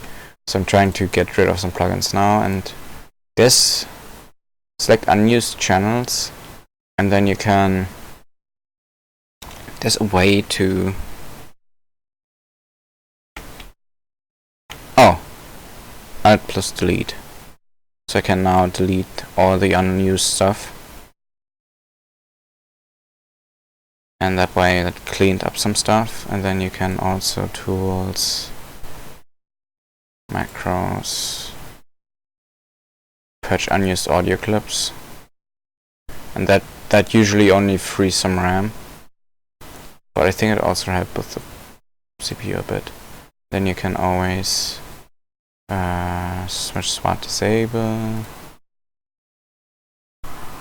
Yeah, that's all you can do, I think. We save that. Let's see if that's less laggy. I want to die. Not actually. Maybe. Not today. I can get rid of this vocoder because it's just for fun. Oh, no, I didn't want to do that. None. I don't need that one anymore. It's probably just some plugins that are... I don't know which plugins, that's the problem. Stopping and starting OBS. Okay. Well, my stream will be split, but... whatever. Yeah, be right back then. Although... I should be back, hopefully. Yeah. I'm not recording locally. That's the thing. Or you mean starting it and then stopping it again? Or what do you mean? I don't know.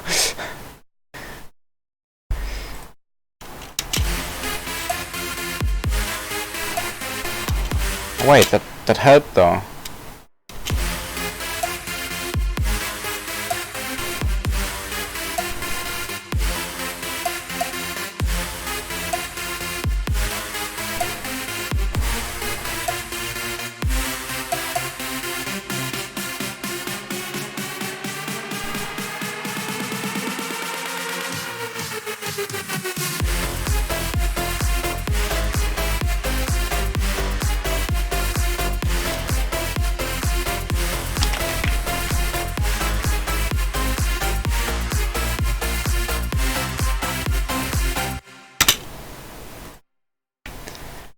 And then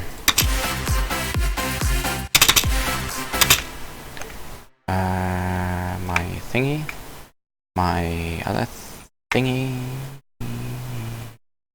Yep.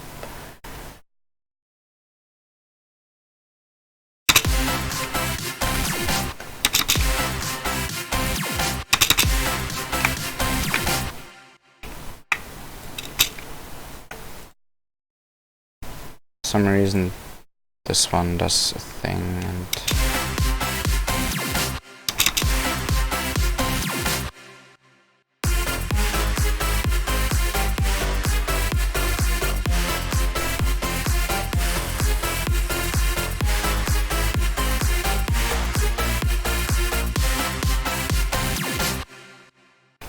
how many bases do I take out in the drop? 2.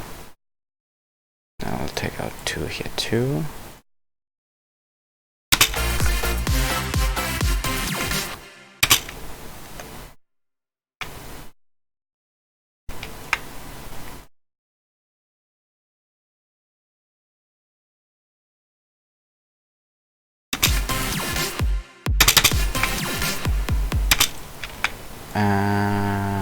Have I done a reverse kick in here before? No, I haven't. Guess that's the first one. Unique. Reverse. This way.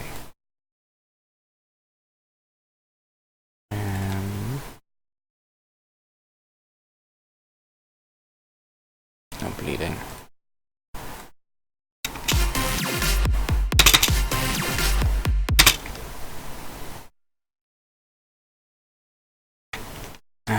How do I make it interesting without repeating? Well, how do I make it interesting and not do tons of work? Because I need to get this finished. I could change the octave.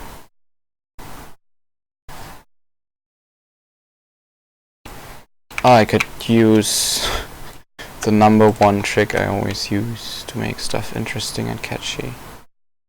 Well, it's not that much of a trick, but I just do it. Just a ride.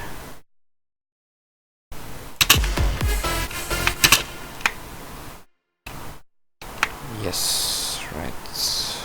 Lots of rights. And then get the kickback.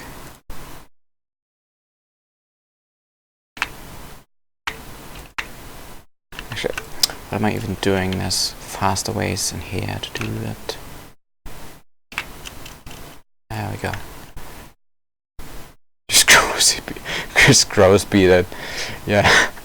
Or I could use the more advanced version of grow speed and actually do this and use glitch, which is like grow speed but even grosser. And just have it on random and then play it.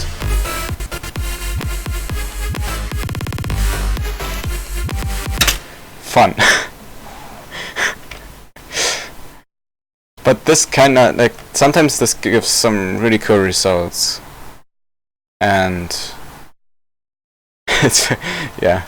Sometimes, like, I once just put glitch on a drop and it sounded really cool, and then I wanted to recreate it without randomizing it. But that didn't work because the randomizer, is time-based, so it will always play the same thing if you play from the same timestamp. But if you don't play from the same timestamp, it won't do the same randomization. So I tried to fix that, and it worked for everything except the shuffler, and it's just weirdly coded. Well, it's not weirdly coded. I saw the developer said that the shuffler is time-based, but it has its own randomizer in it, so that which is not time-based, and that way the shuffler could like be more random, and that's why the developer did it like that. Yeah, it's weird stuff.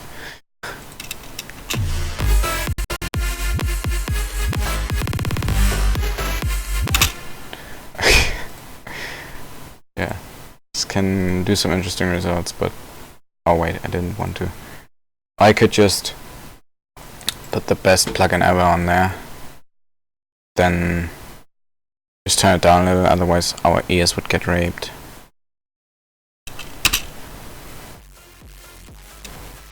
Yes. No. It's not. It's the horse's toilet, it's the weedest. What else could I put on here? well, I shouldn't put it on the master. I could put it on the saw filtering.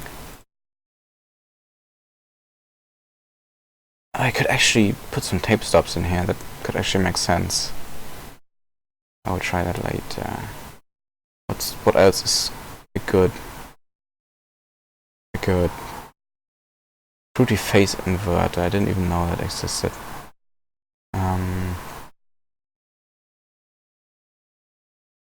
What else is fun? Valhalla Shimmer. That's the only 64-bit plugin that I use, I think.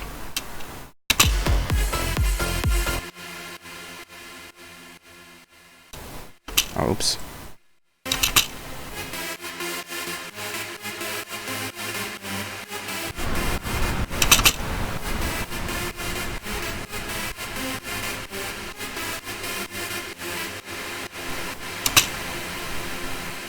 It's a very nice reverb plugin. Does a lot of shimmery things.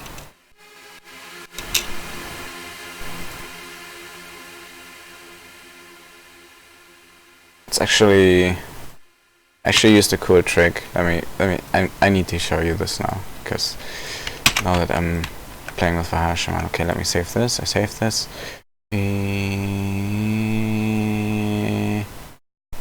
Which one is it? Yes. This one, which is my ASOS track. If it loads, it should load. Not sure if you heard that yet, but you said you like my music, so I guess you have heard that. But I used a nice trick in here that I want to show.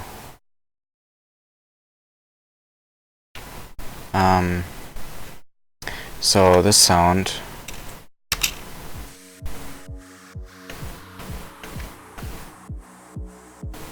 so yeah, that's that track. It's very messy. Oh my god, I didn't remember that it was this big. Holy shit.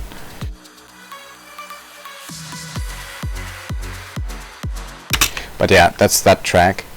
But when you when the track starts, and in between there's also this part.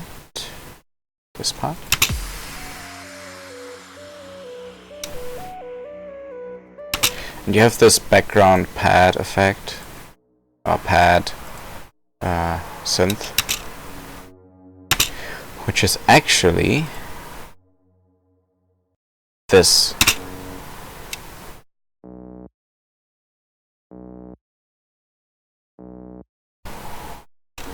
And then I put Valhalla Shimmer on it with a mix to all the way up. And then you only hear the really long reverb.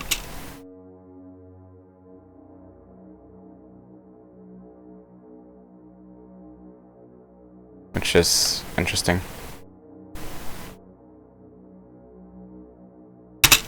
Yeah. And then you just use it in the background and... Oops, I meant this.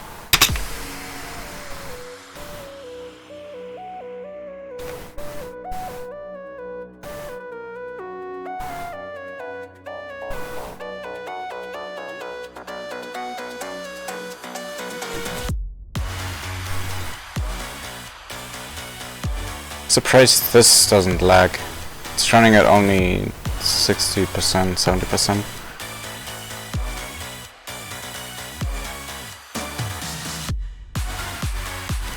But this is a bit quiet right now because it was made quiet before I mastered it. But yeah, I just wanted to show this little trick. Yeah, there's a lot of ways, too many ways. And I also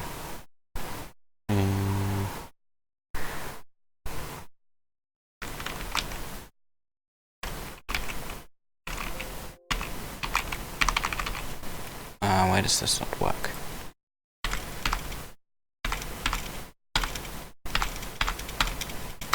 In the night remix, which one was it? Was it the 5? I think. I used the same way to achieve pad sound in this track too, if it loads. And I got this,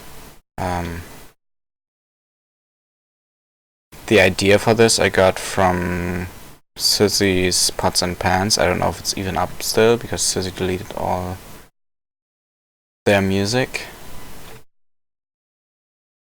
But it had this weird lead in the background, and then it faded, like it was just this kind of sound, like this reverby sound, and then it faded in and it became a lead. And that's how I discovered that you can actually do this. Yeah, if this would load, then I could show you. Oh, why those sad face? What did I say? Did I say something sad? Yeah, this is old. Kinda old. Oh, and this has 64-bit plugins, I think. So this might, yeah, this is taking way more RAM. This is my In the Night remix.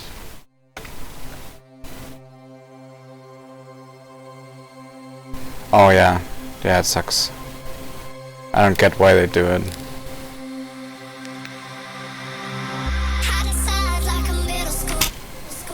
Wait, for some reason the piano isn't loading. Oh, because I haven't wait. Fuck. Yeah, I think I haven't installed this plugin on my new PC yet. Actually, it's Contact. Connection to this plugin was lost. Interesting. I hate software sometimes. But what I wanted to show was this.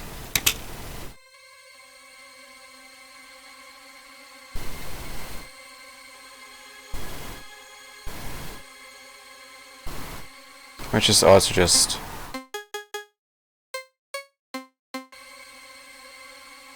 Valhalla Shimmer.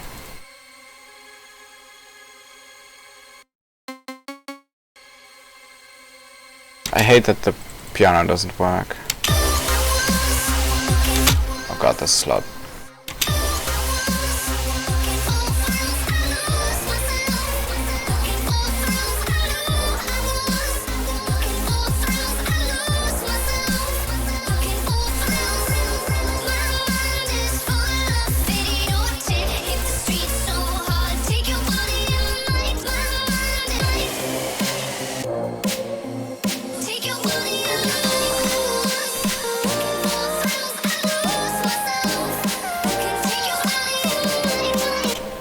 Yeah, the chords aren't working either, for some reason. Actually, they are. These ones weren't working. Oh, they are.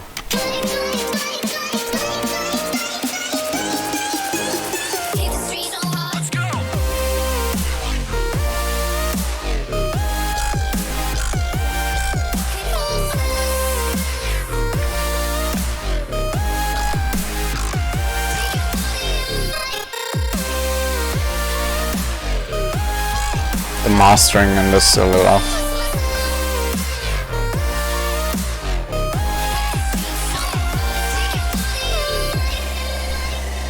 Yeah, the piano is working. Just imagine a piano here.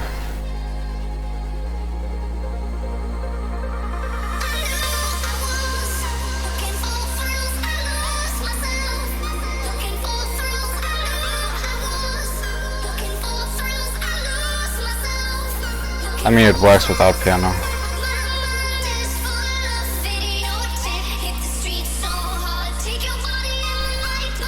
It was inspired by Virtual Riot, yes.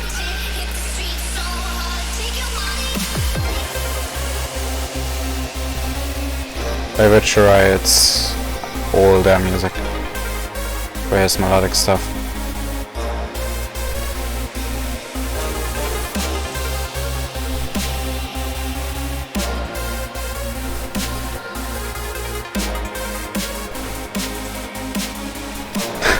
Oof.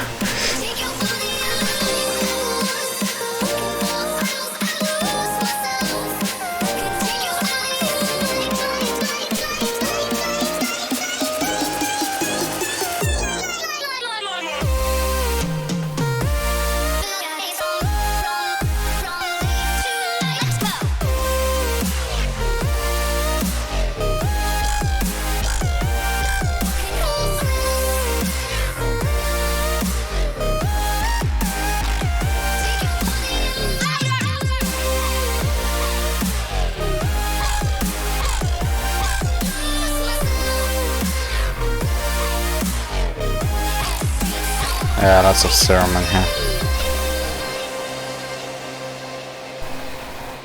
Yeah, imagine piano. If you haven't heard that track yet, by the way, you should check it out.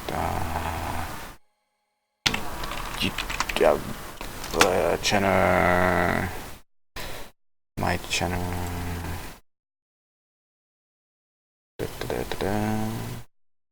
Videos.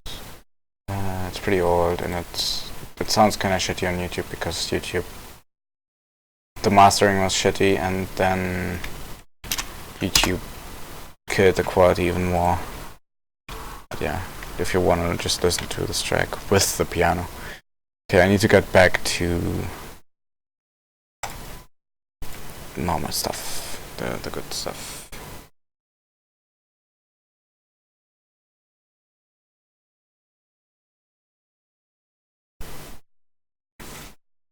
Shit, it's almost 3 AM already.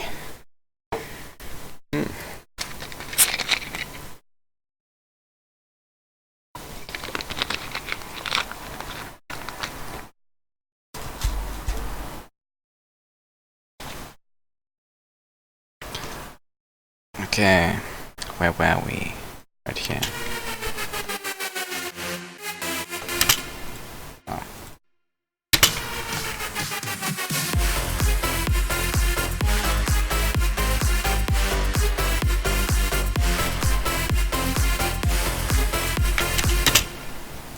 This shouldn't go this far down. Let's get rid of these and then put these up.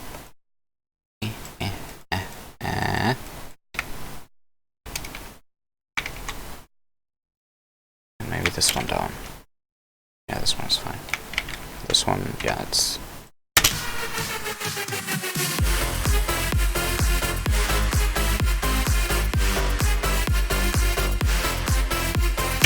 I need more views. Nah.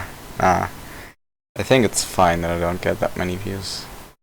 At least on my older stuff. Older stuff is kind of poorly mixed and mastered. But you know, it's all learning. So people told me I got way better at mastering and mixing, and I think that's true, but I'm still not in the big leagues. I mean, it's decent, but whenever I compare my music to other people's music, and I do that a lot, I notice that my music sounds very, very weak, and like compared to them. Maybe that's just me, but yeah, that's what I think. Oh, the impacts are missing here, that's why it sounds so weak. Impact. Then it's there. It can be cut a little. And then this will filter down and will filter into this build up. And that way I can make good connection. Strong hard? What do you mean? Like I put a lot of effort into it, I guess. I don't know if that's what you mean. Also, oh hi Mr. Meister. Welcome. What I always try to do, to put in pony samples, and I always try to put in story-ish pony samples so that they like resemble the story that was actually in the show. What I did in Entomology, I did that in Updraft, I did that in... I don't know if I did that in more tracks. And I guess in Sweet and Sour was kind of a Fluttershy theme where I used that. But I'm afraid that if I don't put these kind of vocals in my tracks, that people are not gonna like my tracks. It's like people say that not putting horse vocals in your tracks doesn't make them worse. But I feel like people listen to my stuff because it has those samples in it. And if I don't put them in there anymore, people won't enjoy the track as much. At least that's what I think. So I'm trying really hard, even for this track, to like incorporate all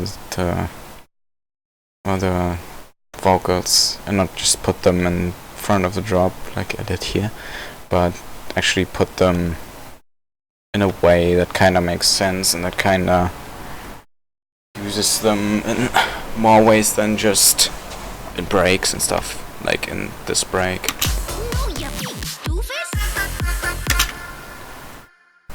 I mean, just putting them there works too, I guess. I should continue. Claps.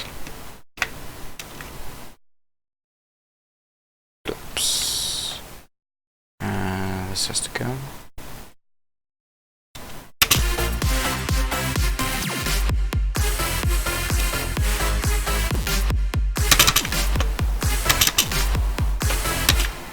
Yeah, this needs to go up an octave or something.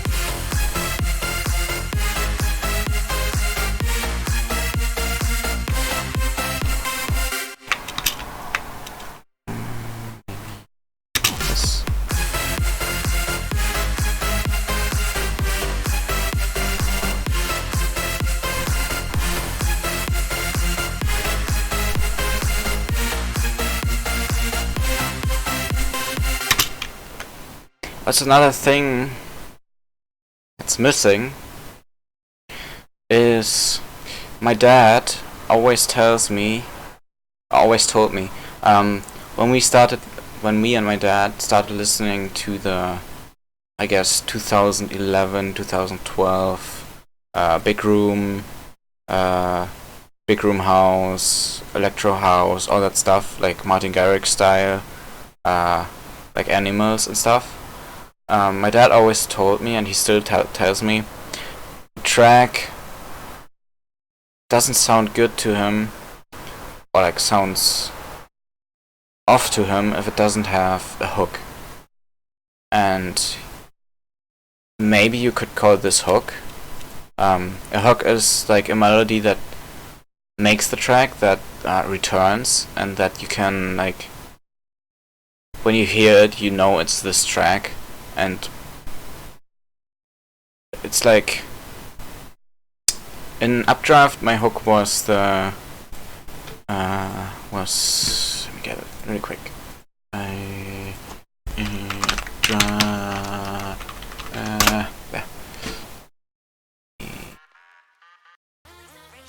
This was my hook.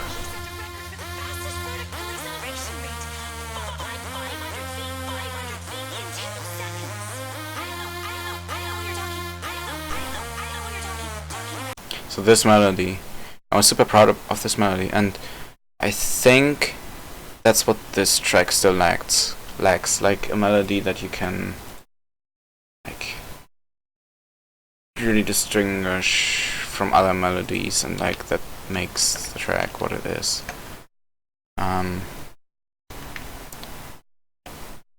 So I would have to write one. So I could just leave this right here. Because, wait, did I actually need to check in the breakdown for this?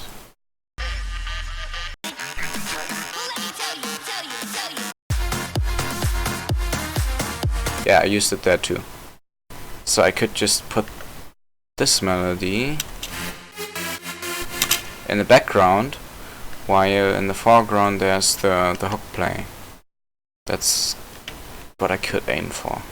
That way I would need a hook first, and I usually put that in the intro first. So let's write a hook. Can't be that hard, right? Oof.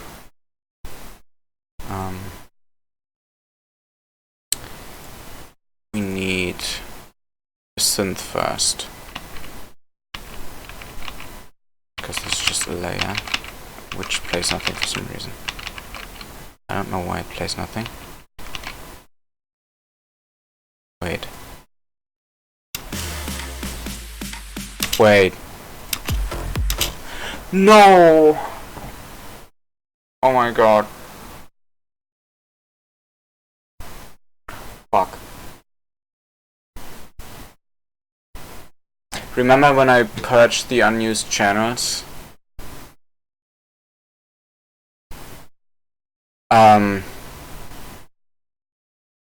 So I didn't know this, but if a channel is used by a layer, because I had a layer, and the layer just has the MIDI in it, and the layer distributes it to all the plugins.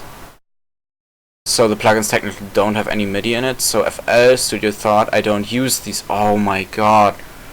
Oh no, this is bad. This is really fucking bad.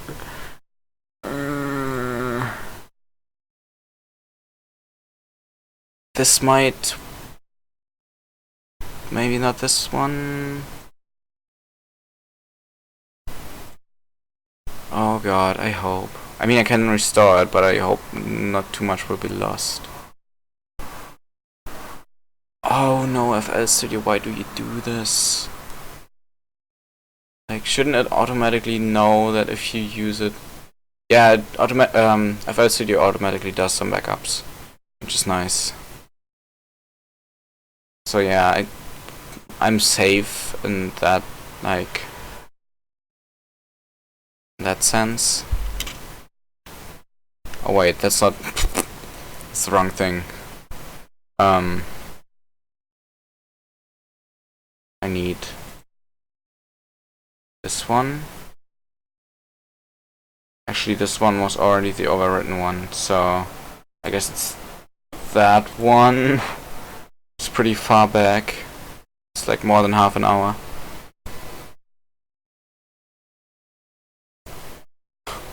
Like I can retrieve the lead, but some stuff might be lost. But actually it shouldn't be too much, because when I saved and had the CPU problems I did, yeah, I just did some, yeah, it shouldn't be too much that it's lost. That is lost. It's getting late. Oh god. That's fine now. So now you should be back. Yeah, and the lag is back, of course.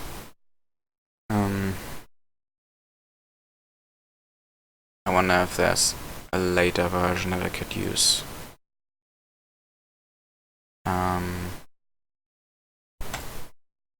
Maybe this one has more. But like, shouldn't FL Studio recognize that the plugin is used by a layer? Ugh. Guess that's why might be fixed in FL20 or something. Like, you have FL20, right? You could try that for me. Just do a layer, and then I don't know if you know how to do a layer, but okay, this one doesn't have it, so this one's already the wrong one, so it will be this one. So you can do, I don't know if it works the same way in FL20, but you should be able to do right click, channel rack, and then insert layer, and then you just take some random plugins and you select them and then go into the, well, actually let me show you. This out. Oops. Yeah, this has my, okay, there we go. So you go insert layer, then insert some random plugin, FL keys. You select them, or actually you go to the layer, then you click this arrow thingy. I don't know if it's the same in 20, but and then you go to set children, and then when you hit the layer it will play all the children, and then you can try and do the macros, purge, select unused channels and then delete them. Oh well, just see if it's selecting the unused. It's fixed into, wow, okay. Okay. Of course. Like, there are some good things in 20, but there are also some bad things that I don't like. Unused channels. Unused channels? Okay.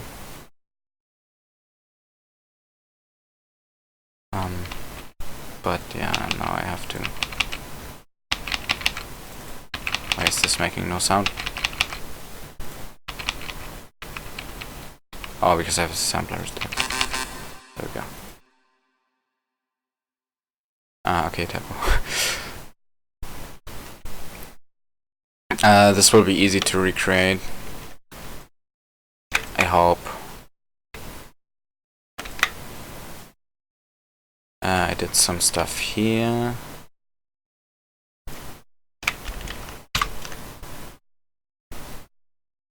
Then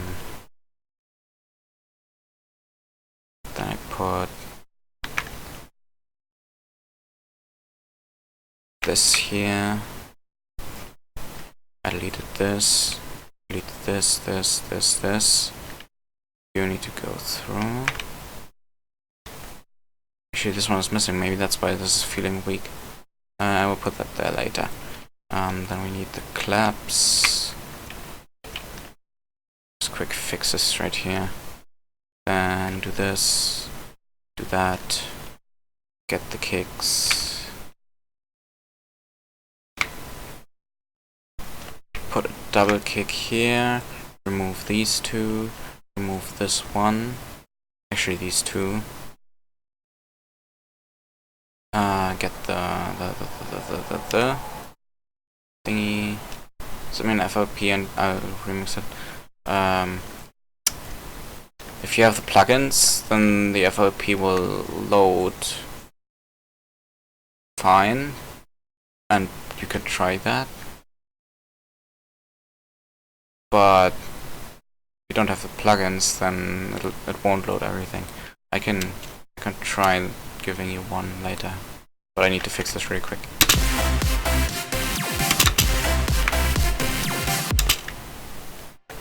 Then we have the reverse kick. Reverse. Transit. Jump.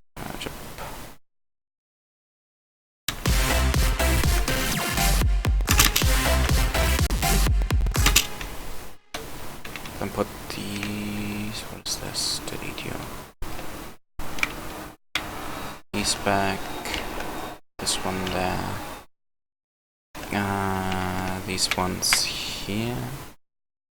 These ones a little further back. And the base. See, I can be quick when I want to be quick.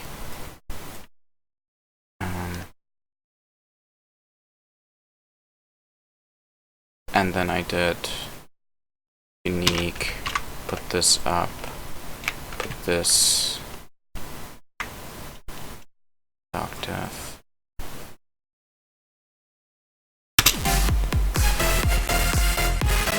Sorry that the lag is back again, but I guess the spires were the ones that created the most lag here. Even though this is only 32. I am confused. Well, I could just disable them for now and flatten this out, but I don't like flattening stuff. because when I want to change something, then I have to unflatten it again, and that's kinda annoying. Oh, and then I use the rights. I have the right to use a right. Sometimes use too many rights. Like in the end of entomology, that's why it was rejected from Ponies of Dawn. Not mainly, but that was one of the reasons.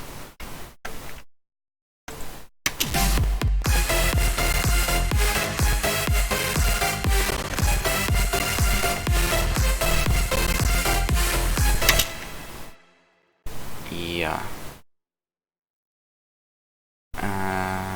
That's. Oh, I wanted to. Done that here yet. I wanted to put this. Actually, let me put this all down all the way. Yeah.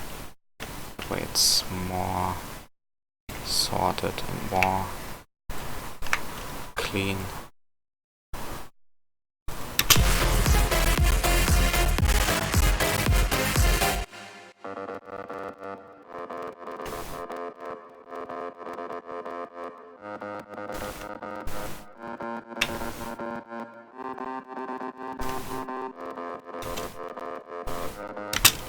I hate this lag, holy shit.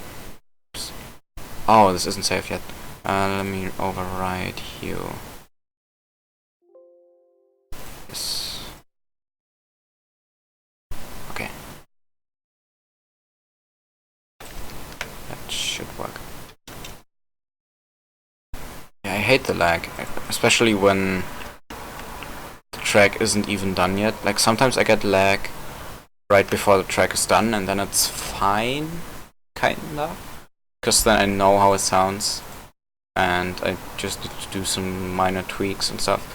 But when it's lagging, even though the song isn't even connected and stuff, then yeah, that's annoying. I could render it and stuff, but yeah.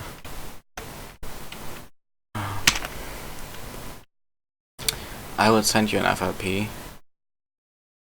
I think I have. No, I don't. What FLP do you want? Yeah, I could do the OBS of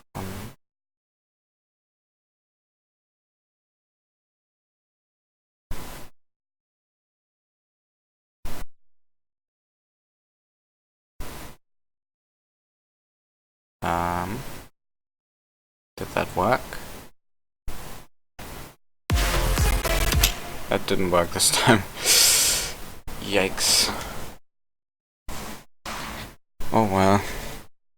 I wonder if it's gonna be less CPU intense if I stop OBS, but it shouldn't be because I have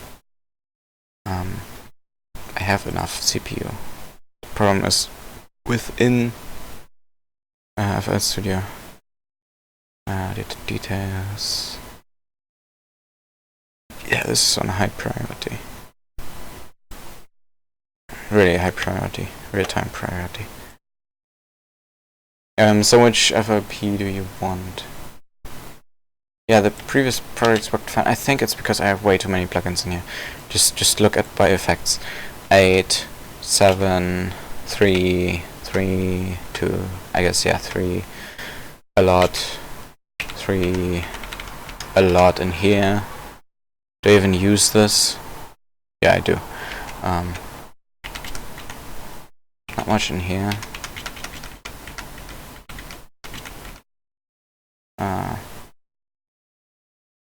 Yeah, a lot in here. Quite a lot in here, but I actually, oh wait, I do use this. I don't use this one though. So I could. This one is the Yay 2 one. And it also sounds kinda ew. So I could get rid of this one. Fine.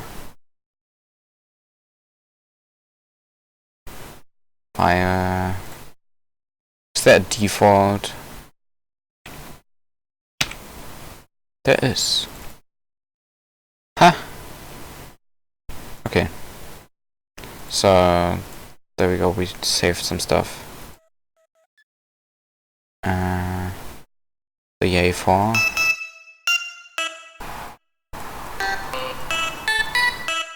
I might still use, actually maybe not.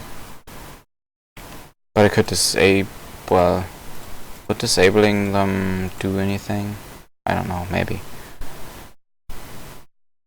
Actually I could just hit this button to disable them. Do I use this one? I don't think I do. What is this even? That's that one.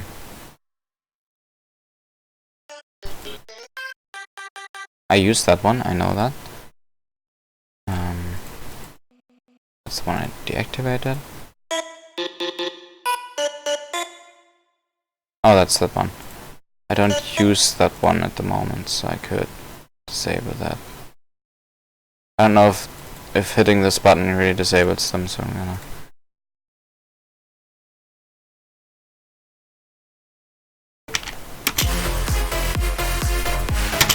And that worked. Yeah, I won't purge anything again. I've learned my lesson.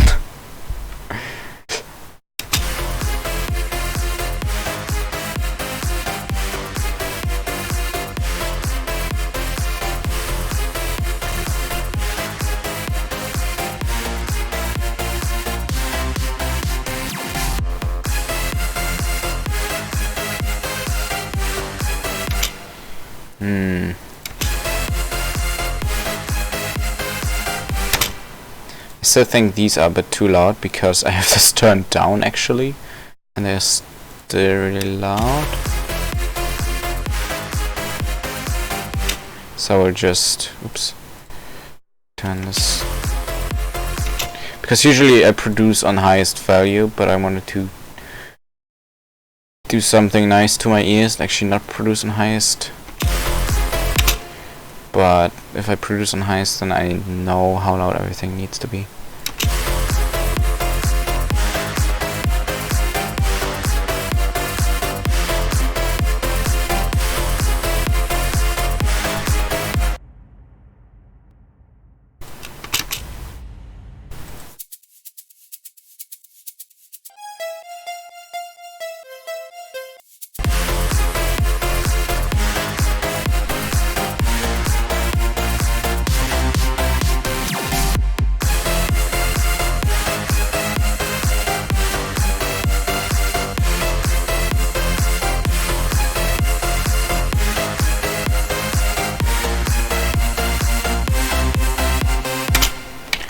I think that sounds good. Let me compare to the drop. No. The drop is much quieter than this.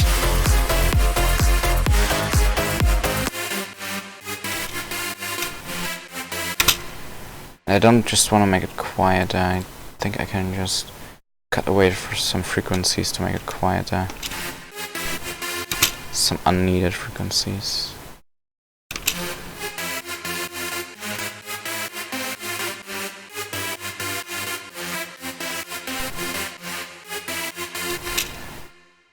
Maybe.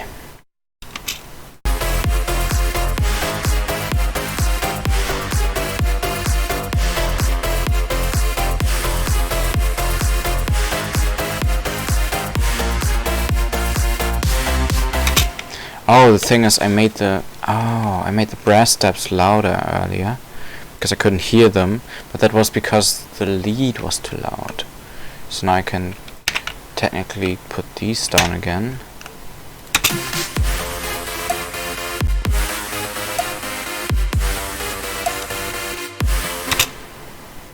And that way I can put the lead down even more.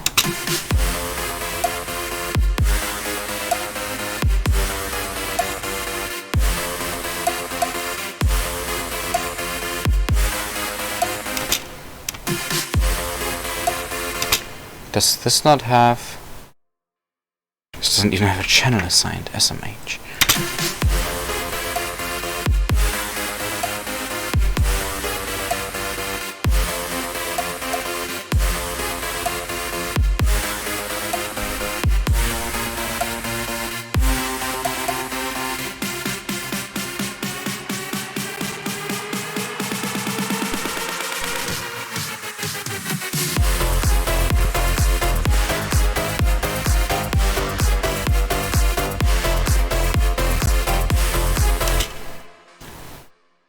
One more thing, I think the triplet drop isn't good. I think the triplets shouldn't be triplets. Let's just make them non-triplets. That's too fast. A bit slower.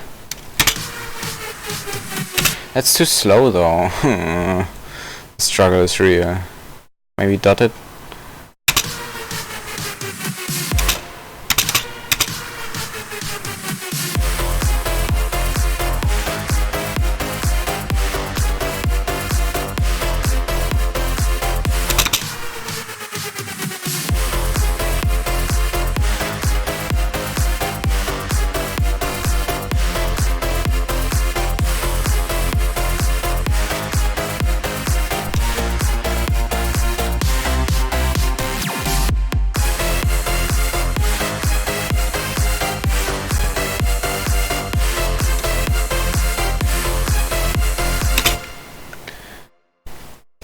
I do mixing on the fly, like while I do the stuff, so that's why I listen to it a lot and just try to get the mixing right first time, so I don't have to go back when the track is finished and do all the mixing, and it makes it much easier.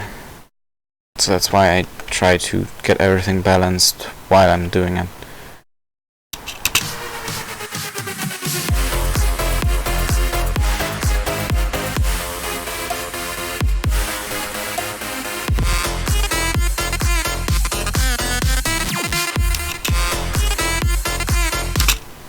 I need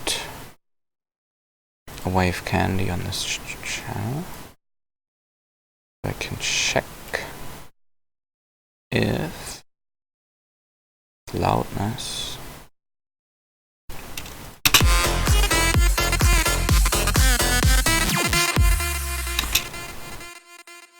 this is peaking, so should be able to change the scale a bit.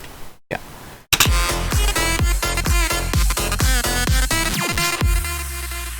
So this goes +3, which it shouldn't after mastering, but for now it's fine.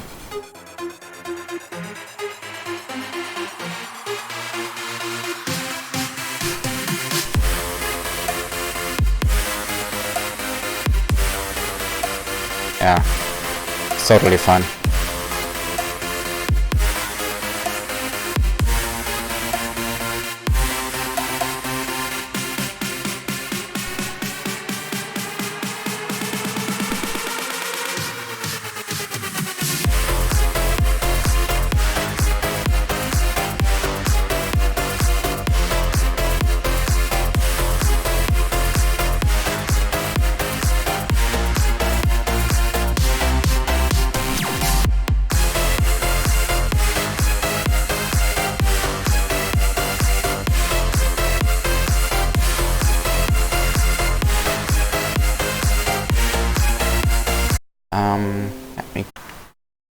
So the only thing I do during mastering, get this. I master track. What I the stream was dying. Okay. When I master track, I master it way quieter than I'm producing it, to give it headroom. I don't know if you've heard of that, but usually when you master, you push it up. It's bad when you squash it down, because then you lose not loudness, but you lose dynamic range kinda, because if you have like things that peak all over the place and you just cut off the peaks, then the quality gets worse. And so you give it a lot of headroom when you master, so that's why you not when you master, when you export the song. I used to do my mastering in the same track, in the same project, but now I just export it a little bit quieter. So if you would normalize this, it would get much louder, but I do it quieter. Then I do my EQing, which is not a lot. Just like those are the boxy frequencies usually, the frequencies that sound. Let me show you. Oh, this is too loud. So these are these frequencies.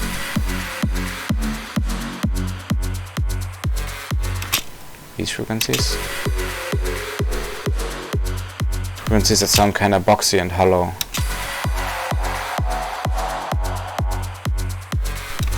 Then I boosted some highs and cut some here.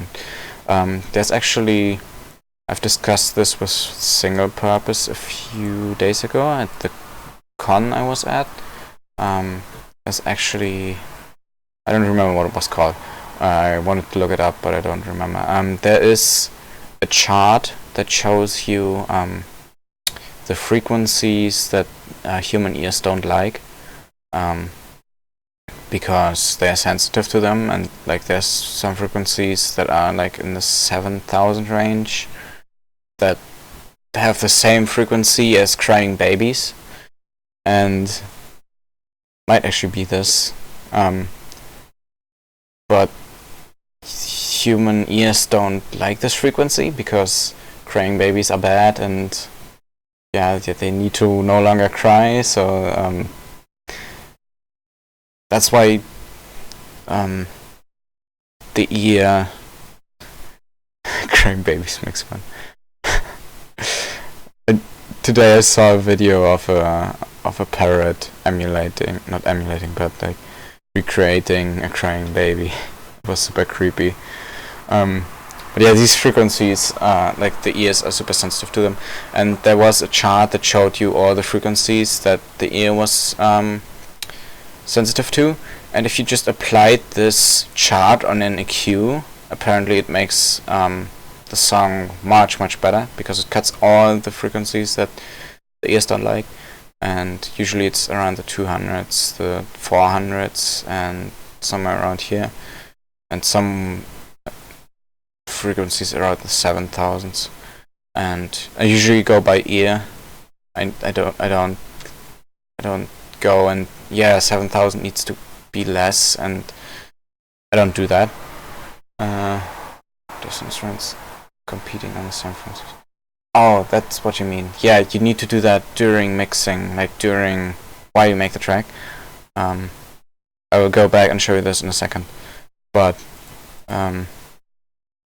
another small thingies that I do. Then I balance stuff out. I use that for when stuff gets too quiet.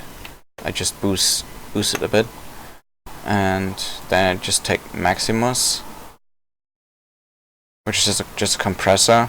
I compress it a bit, and then there's a trick that I haven't found for ages, but then I saw a video that covered it, which is getting the sound really loud, and while not clipping, while not going over 0.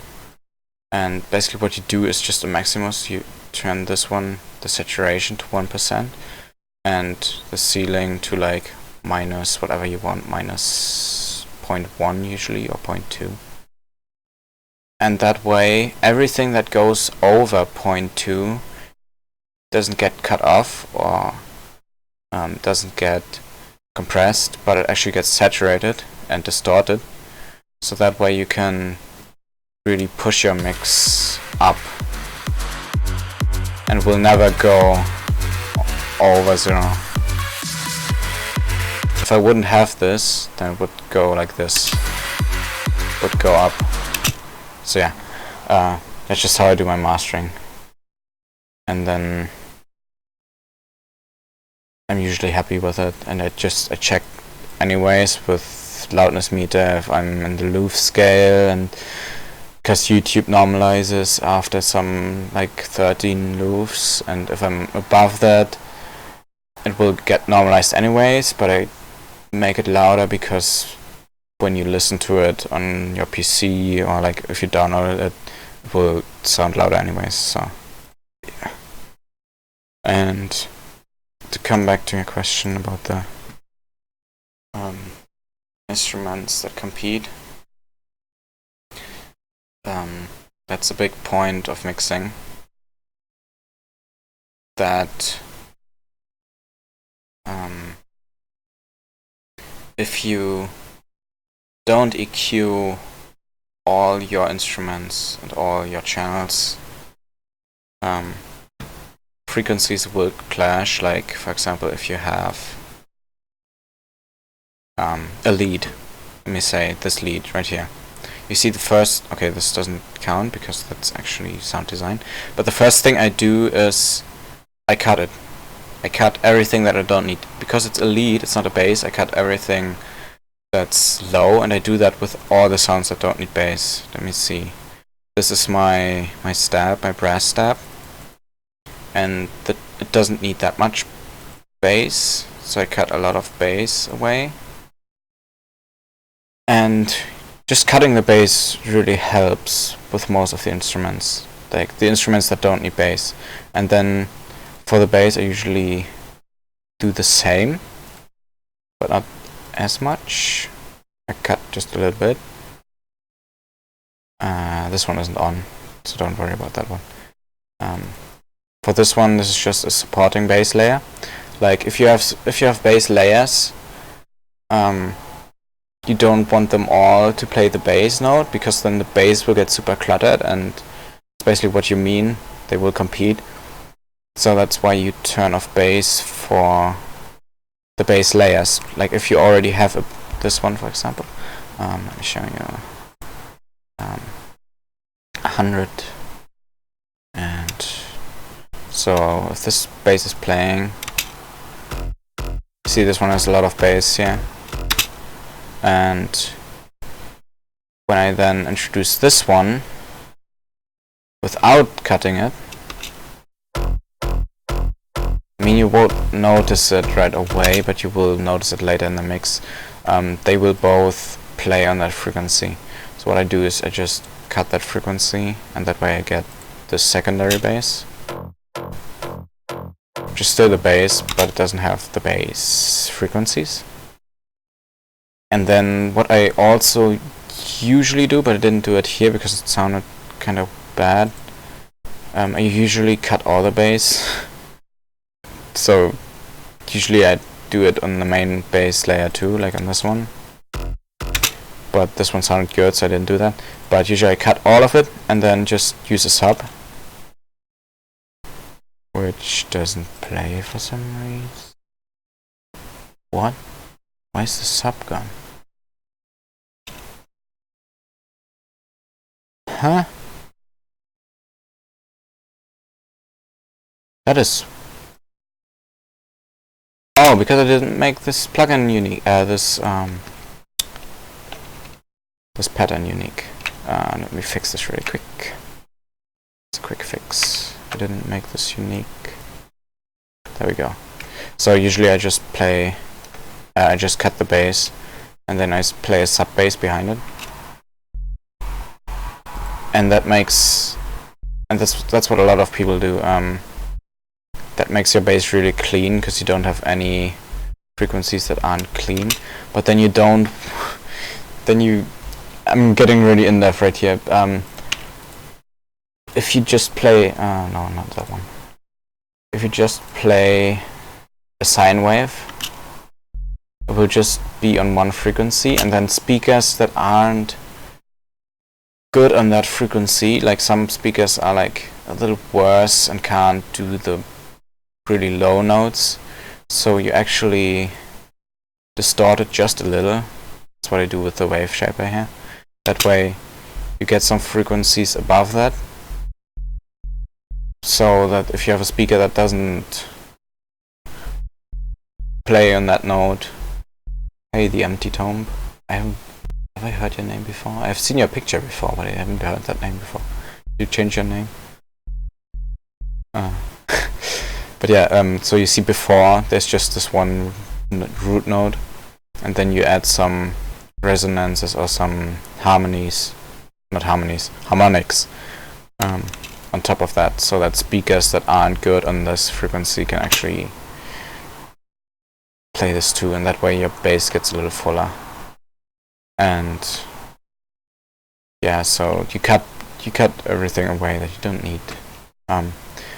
What I also do, which is also the cutting thing,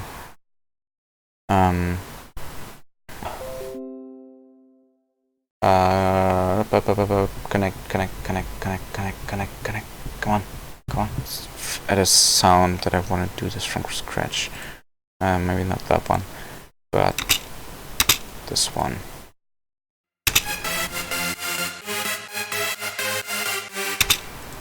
So you have a sound, I presume, like this one. Let's just ignore this for now and let's focus on, let's just use this one. So what I do is I've already used these, so I can't show this. Sorry. No, that one. Okay. There we go. You have a sound. What I do is you can do this by scrolling, by the way, or by clicking this and dragging this little knob down here. You make a very sharp bell shape, and then you drag this around, and then you will find frequencies that really stand out and that really hurt your ears, and you want to find them by doing this, and then you want to turn them down, and that's frequency sniping. And you won't immediately notice that the frequency is gone usually, but in the mix it sounds way better. So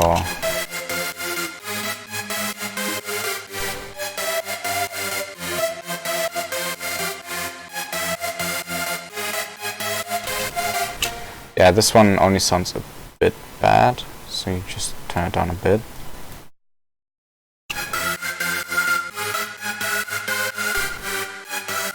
So you want to find whistling sounds or resonances. Oh yeah, this one is good. This one's really whistling at this frequency, so you just turn it down and it will make your mix much cleaner. And now I already did it too much because I already did that beforehand, so I will just get rid of this again. But yeah, that's why my EQs look like this. And yeah, I don't know what else to say to this. There's so I could go a lot in depth, but a lot of things are just experimenting and seeing what sounds best, and giving your mix to other people and ask them how it sounds, because usually thanks. Usually you can't tell yourself, or like, I mean some people can, but I surely can't. Usually you can't tell yourself if your mix is clean or if your mix is cluttered, or especially if you've been working on something for a long time. And so it can help to just get feedback from other people. And I would recommend the server for this. Oh, it's Discord. Yes, you go here and then you give some feedback to people, and then you can post your own track and people will give feedback to you. And like you can ask them, yes, tell me if my mix is good. Like yeah. Wait, are you actually? I think you're in here already. No, you're not.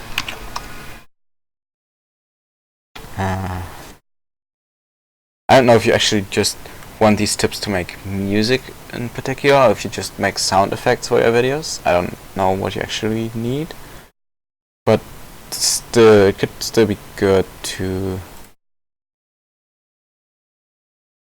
Yeah, you're an artist. Yeah, I know, but you're doing stuff in FL Studio, so you could still be in here.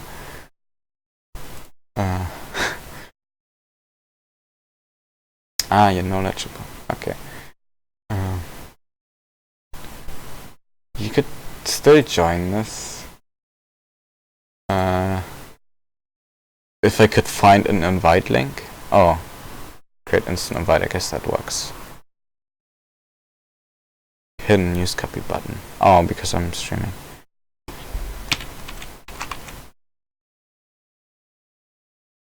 There we go. In case you want to join. Because it's like if you really want to make something or just screw around and yeah. But you're good in animation and good in voice acting. So, and like even if you just screw around and just maybe just try some things that people recommend, like I saw you were having a lot of fun with some of the plugins and with some of the functions of FL Studio, so yeah. It's never a bad idea to have a server with people who know stuff. You can ask if you want to know some stuff. But yeah.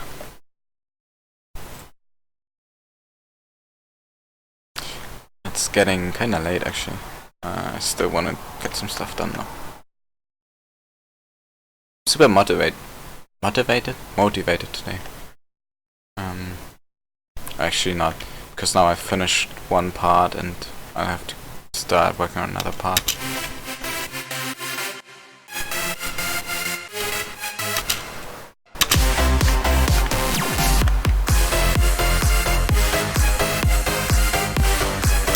Oh, another thing,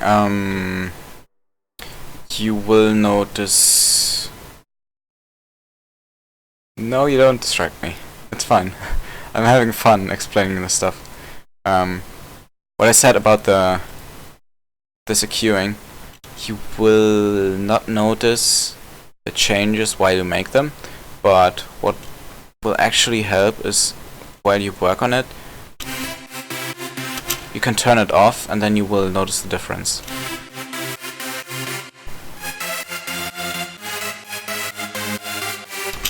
And you will actually notice that it sounded bad before.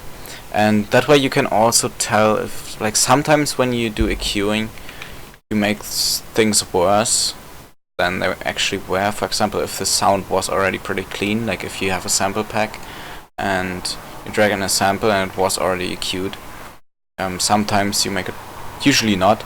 If you just cut stuff, you usually don't make it worse. But if you boost stuff, you might make some things worse because you boost frequencies that shouldn't be boosted. It happens to me too. And then you turn it off and listen if your changes really made the sound better. And if you think when you turn it off and it makes the sound better again, when you turn it off, then you know that your changes weren't that great and that you could try some other changes or just keep the original. I've watched a tutorial which recommended that, so that's not my idea. But yeah. It's like having what I've seen once in video editing, because I've done some video editing. When you apply like color filters and stuff, there's a way to, in some programs you have like a split screen, and one screen shows the original and one screen shows the color correction. And that way you can actually see the difference that it makes. And so that's basically what you do here by turning it off and on, listening to both versions. That's the best comparison I can do with video editing. Yeah. Okay.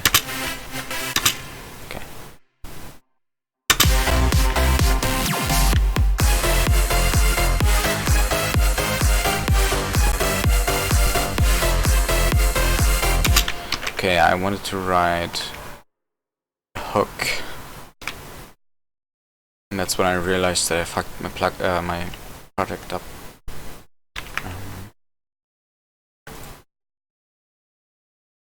Let's take these notes.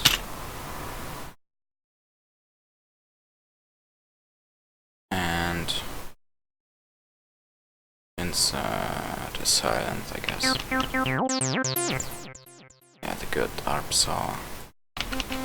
Welcome back.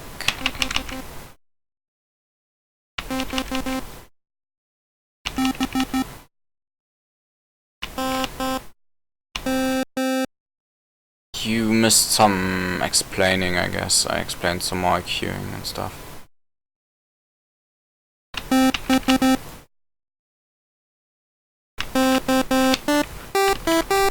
Oh god, I'm gonna create the same lead as an updraft. Oh no, oh god, oh fuck.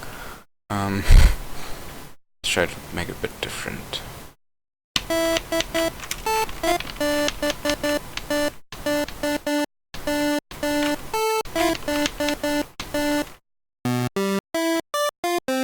It's gonna be the same lead as an updraft, but I don't care. I can change it later. So, I'm gonna explain what I'm doing here now.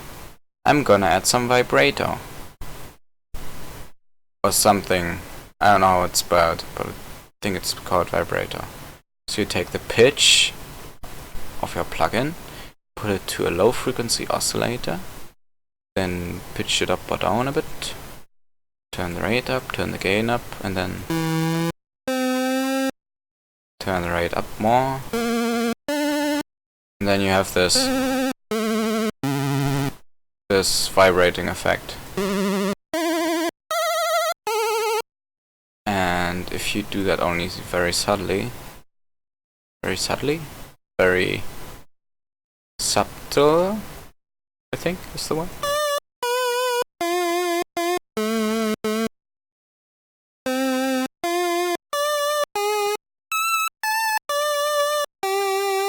That makes the sound really emotional and stuff.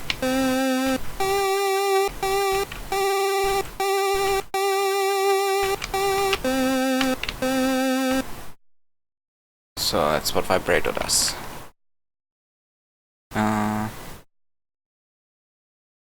Need a new pattern.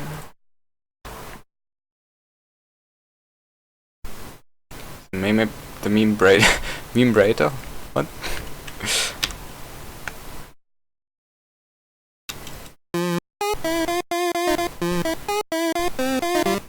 Yeah, this is just gonna be the updraft intro lead. But I don't care. Okay. I could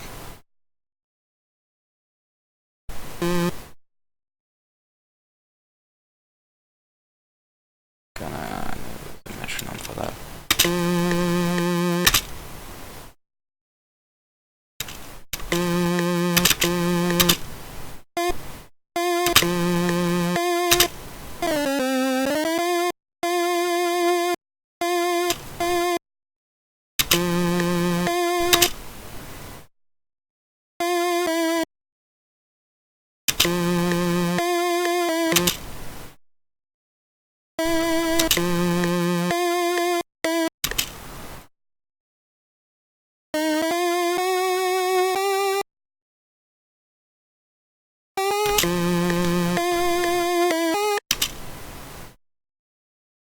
I do. I used to use Portamento for all the notes. I should actually use that on the new lead sound. That's a good idea. And for my lead sounds at the moment, I just use the mono legato flow, and that way you only get the pitch when you have two notes. That's why I do these kind of. I can't do these myself, but that's how I do these. And yeah, I should use that on the new one. Slide.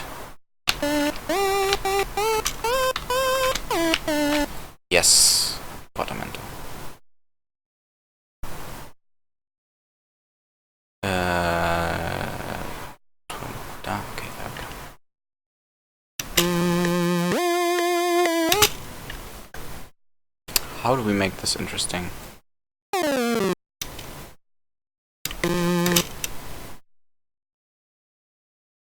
much music theory do you recommend producers to learn? I started out knowing nothing about music, literally nothing. I mean, I knew what notes are, that you have to notes, like that notes need to be in a specific key, that's what I knew. And the rest is pretty much what I learned a bit by myself and a bit by other people. I would say if you want to be a good music producer, you should definitely learn how to do stuff in key. It's the first thing. Like, if you have a track and it's at the production level of Martin Garrix, but it's out of key, no one's gonna like it. Let's face it. So, learning how to do stuff in key. I'm saying this, and I have these D sharp 5 notes, which are not in key. I use these as slide notes, so they're fine. But yeah, putting stuff in key is definitely the first thing you should learn. Then you should learn how to use different keys for different emotions, even though I don't know that really well either. But what I usually do, if I want to make a track on a specific feeling or a specific emotion, I go to a track that has that emotion and I look up which scale it's in. Like, for example, I looked up White by Martin Garrix and Brooks because I want to make kind of similar thing, and I looked up the key and it wasn't like A minor, and I used that key, and yeah. Then the next thing is kinda learn how to do chords, learn what a third and what a fifth is. Like, for example, if you have a scale, get my scale. This is the scale. It's the scale of F minor. And so this is, if you pick any of the notes that are in the scale or in key, you have, and I don't know much music theory, but this is what I know and what you should know, I think. You have the first. So if you choose any note, that note is going to be your first. Then the note above that is going to be your second. The note above that is the third, the fourth, the fifth, and so on. And to do a major chord, and I don't know much stuff about chords, but I know the basics. So if you want to do a major chord, you use the third and the fifth, and then you have a major chord. I can't play this now because it's just, I can play this, but won't do the thing.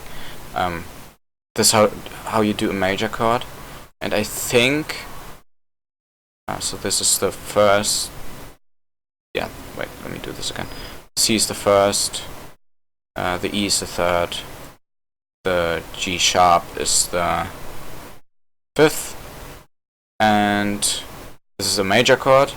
If you want to do a minor chord, I don't want to talk bullshit, but I might talk bullshit now. But I think if you want to do a minor, the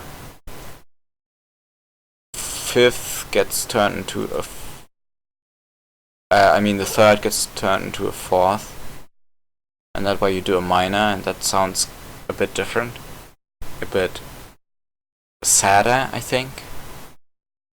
I would have to do this on an actual thing, but I don't want to go too much in depth. But yeah, you should kind of learn how to do chords.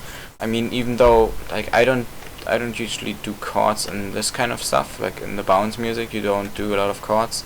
I mean, this stuff technically is chords. Well, kinda, because you have different notes, but the way I do it is not much chordy. But I could turn these into chords because I know how chords work. I know where I need to put these, like that I need to put these here on the third and fifth, and then I immediately see that this is out of key. So I find the next, and this is out of key, and then I would find the next one that is in key. So that's kind of what you want to learn if you want to produce music. Yeah. And is there anything else music theory related? Yeah, the basics of chords is kind of just what you need to know, and maybe a bit. Well, that wouldn't be music theory anymore, but you kind of need to learn how the genre you're making works. For example, for bounce music, I've noticed that you usually start with one shot in the lead. That's an octave down. Then you wait one beat, so there's nothing on this beat anymore. I mean, there's something on this beat here, but that's a variation. So you wait, and then you do like some weird bouncy stuff. I don't know how to explain it. And most bounce songs work like that. That you always have that one. And then and then another thing I just noticed that you kinda should learn is all those layers. There are not a lot of layers. They're just 2 layers. Just this and this. Yeah. What you kinda wanna learn is call and answer, or rather the A-B-A-C technique. Because what you see here, to make music interesting, you always need some variation, but you don't want to variate it too much. You want some things that come back. So you have the call and answer, or the A-B-A-C technique. So you have a part that's part A, which is your call, and then you have the answer, which can just be a modified call, but it basically answers the call. Then you have the same call again, which is again your A part, which is exactly the same, or sometimes it's a bit variated, but not too much variated. And then you have the C part, which is a different answer. So you have the same thing 2 times, right here and right here. Oops. Right here. And in between you have the answers, which are different. And you can... The thing is, once you have it on the bar level, like 4 beats are 1 bar, I shouldn't explain this right now, but you have 4 bars which do that. You can actually take 4 measures and do that, which I usually don't do that, but you could, like, your call is this entire thing, and then another thing answers. Like, you could scale this up even more. It's really hard to explain it, but that way your melodies get predictable, but not too predictable. That's what I would call it. Yeah. That's one of the things I've learned that helped me a lot with finding melodies.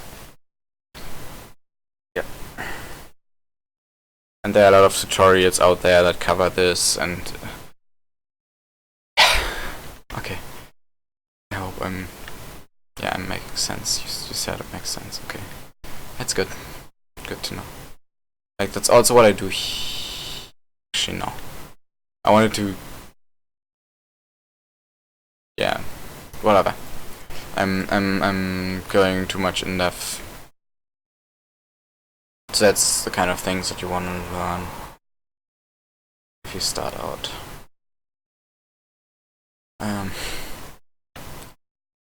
Yeah, let's go back to the...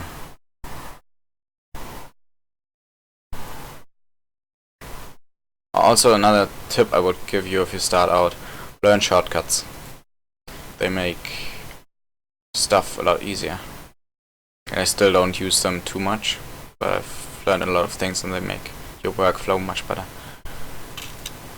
I'm pretty sure Loom knows all about that because Blender basically only works with shortcuts, as far as I know. Oops. Oh god.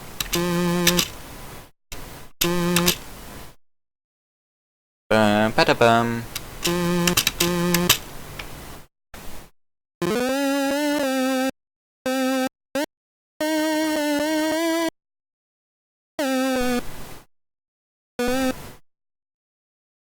Yeah, shortcuts slow. How did you make these eyes so big? What the oh, it's just one eye. Okay, I didn't know there was a one eye emoji.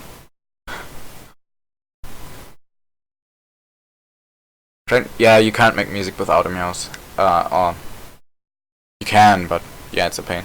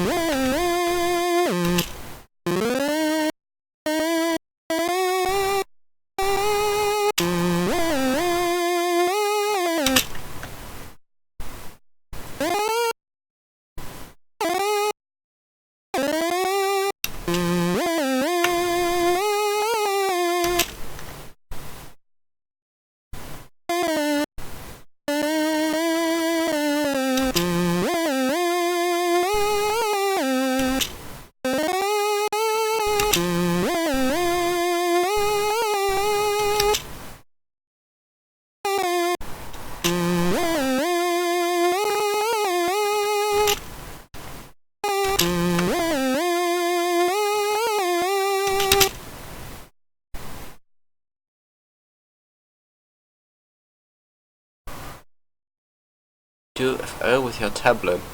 That's interesting, okay. I mean, it works, it had, like, especially the new FL versions have a lot of touch integration. So that shouldn't be too much of a problem. Yeah, the sliders go to infinity.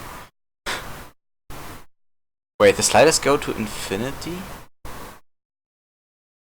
Like, actually to infinity, or do you just mean...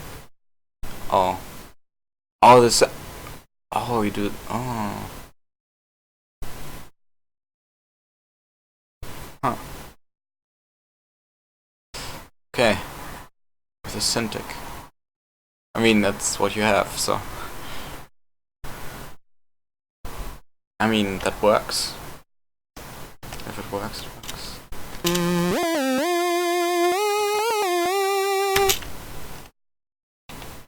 Oh, let me show you the ABAC technique again.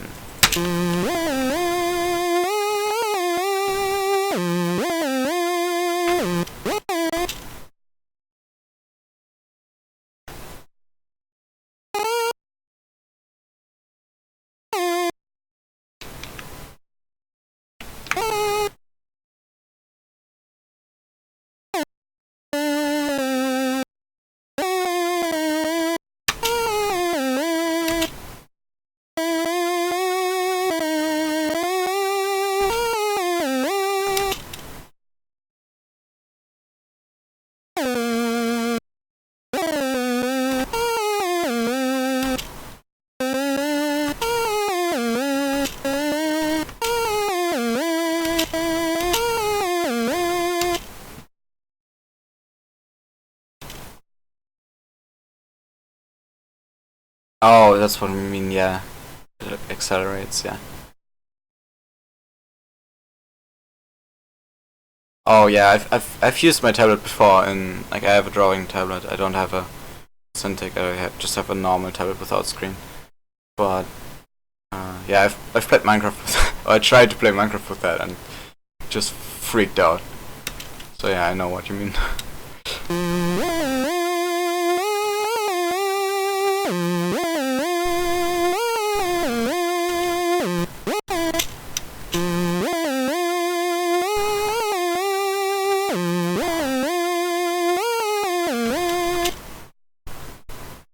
I don't know if this sounds good, but I'm gonna keep it for now. Just for now.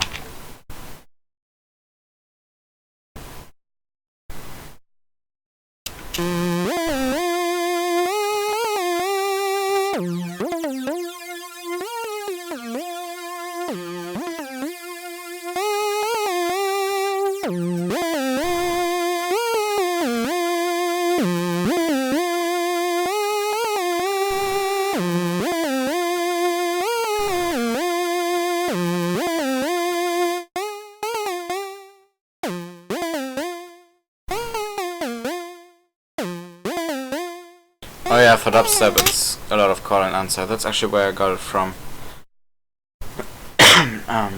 I saw a Virtual Riot tutorial, I think. That's where I got it from.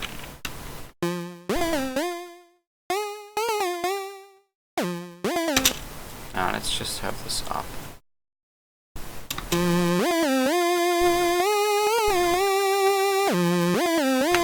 But this is boring, this melody. I don't know how I did the updraft melody.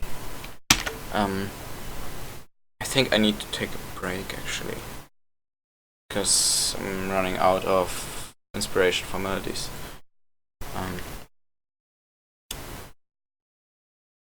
I don't want to be that guy and just close the stream when people are watching, and I usually stop the stream when no one is watching, but if people are watching forever, then I would never be able to stop it. So I've been streaming for how long?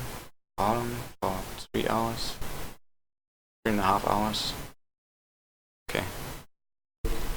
So yeah, let's just play again what we have done today. So we have this drop.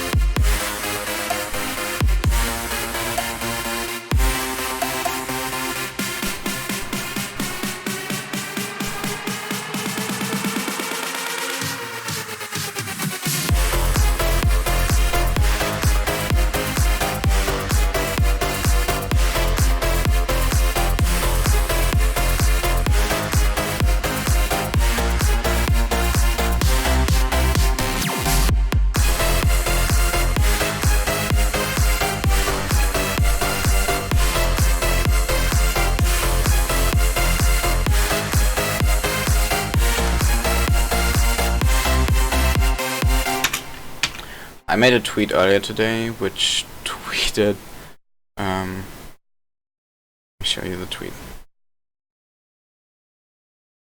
because I just noticed that this actually applies. A profile.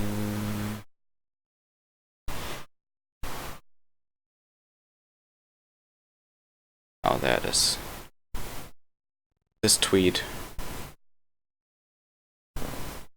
Struggle of a producer is trying to listen to your track the whole way through without tweaking anything. I was listening to this right now. I spotted so many things that I want to change, and it's annoying. Like, even if I go through these drops, which I I've had done for like 2 weeks now. Not 2 weeks, but like 1.5 weeks probably. I still find things that I want to tweak and change, and that's the thing. That's the problem why I never get done with stuff. I've been spending way too much time on this already. Like, let me see project general settings. Project info. 25 hours already. Well, actually, that's not too bad. But yeah, I've spent 25 hours just on these drops and a bit of. I got big lag right now. Yeah, sorry. Well, I'm about to stream. Yeah, worry about big. Yeah, it's. You should always try to get.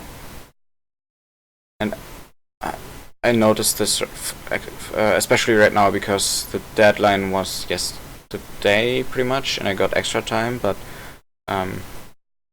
if I would have focused on getting the track done, like getting the breakdown done, getting the intro done, then I would have had probably a lot of time to just tweak some small things, and then I would have been able to submit.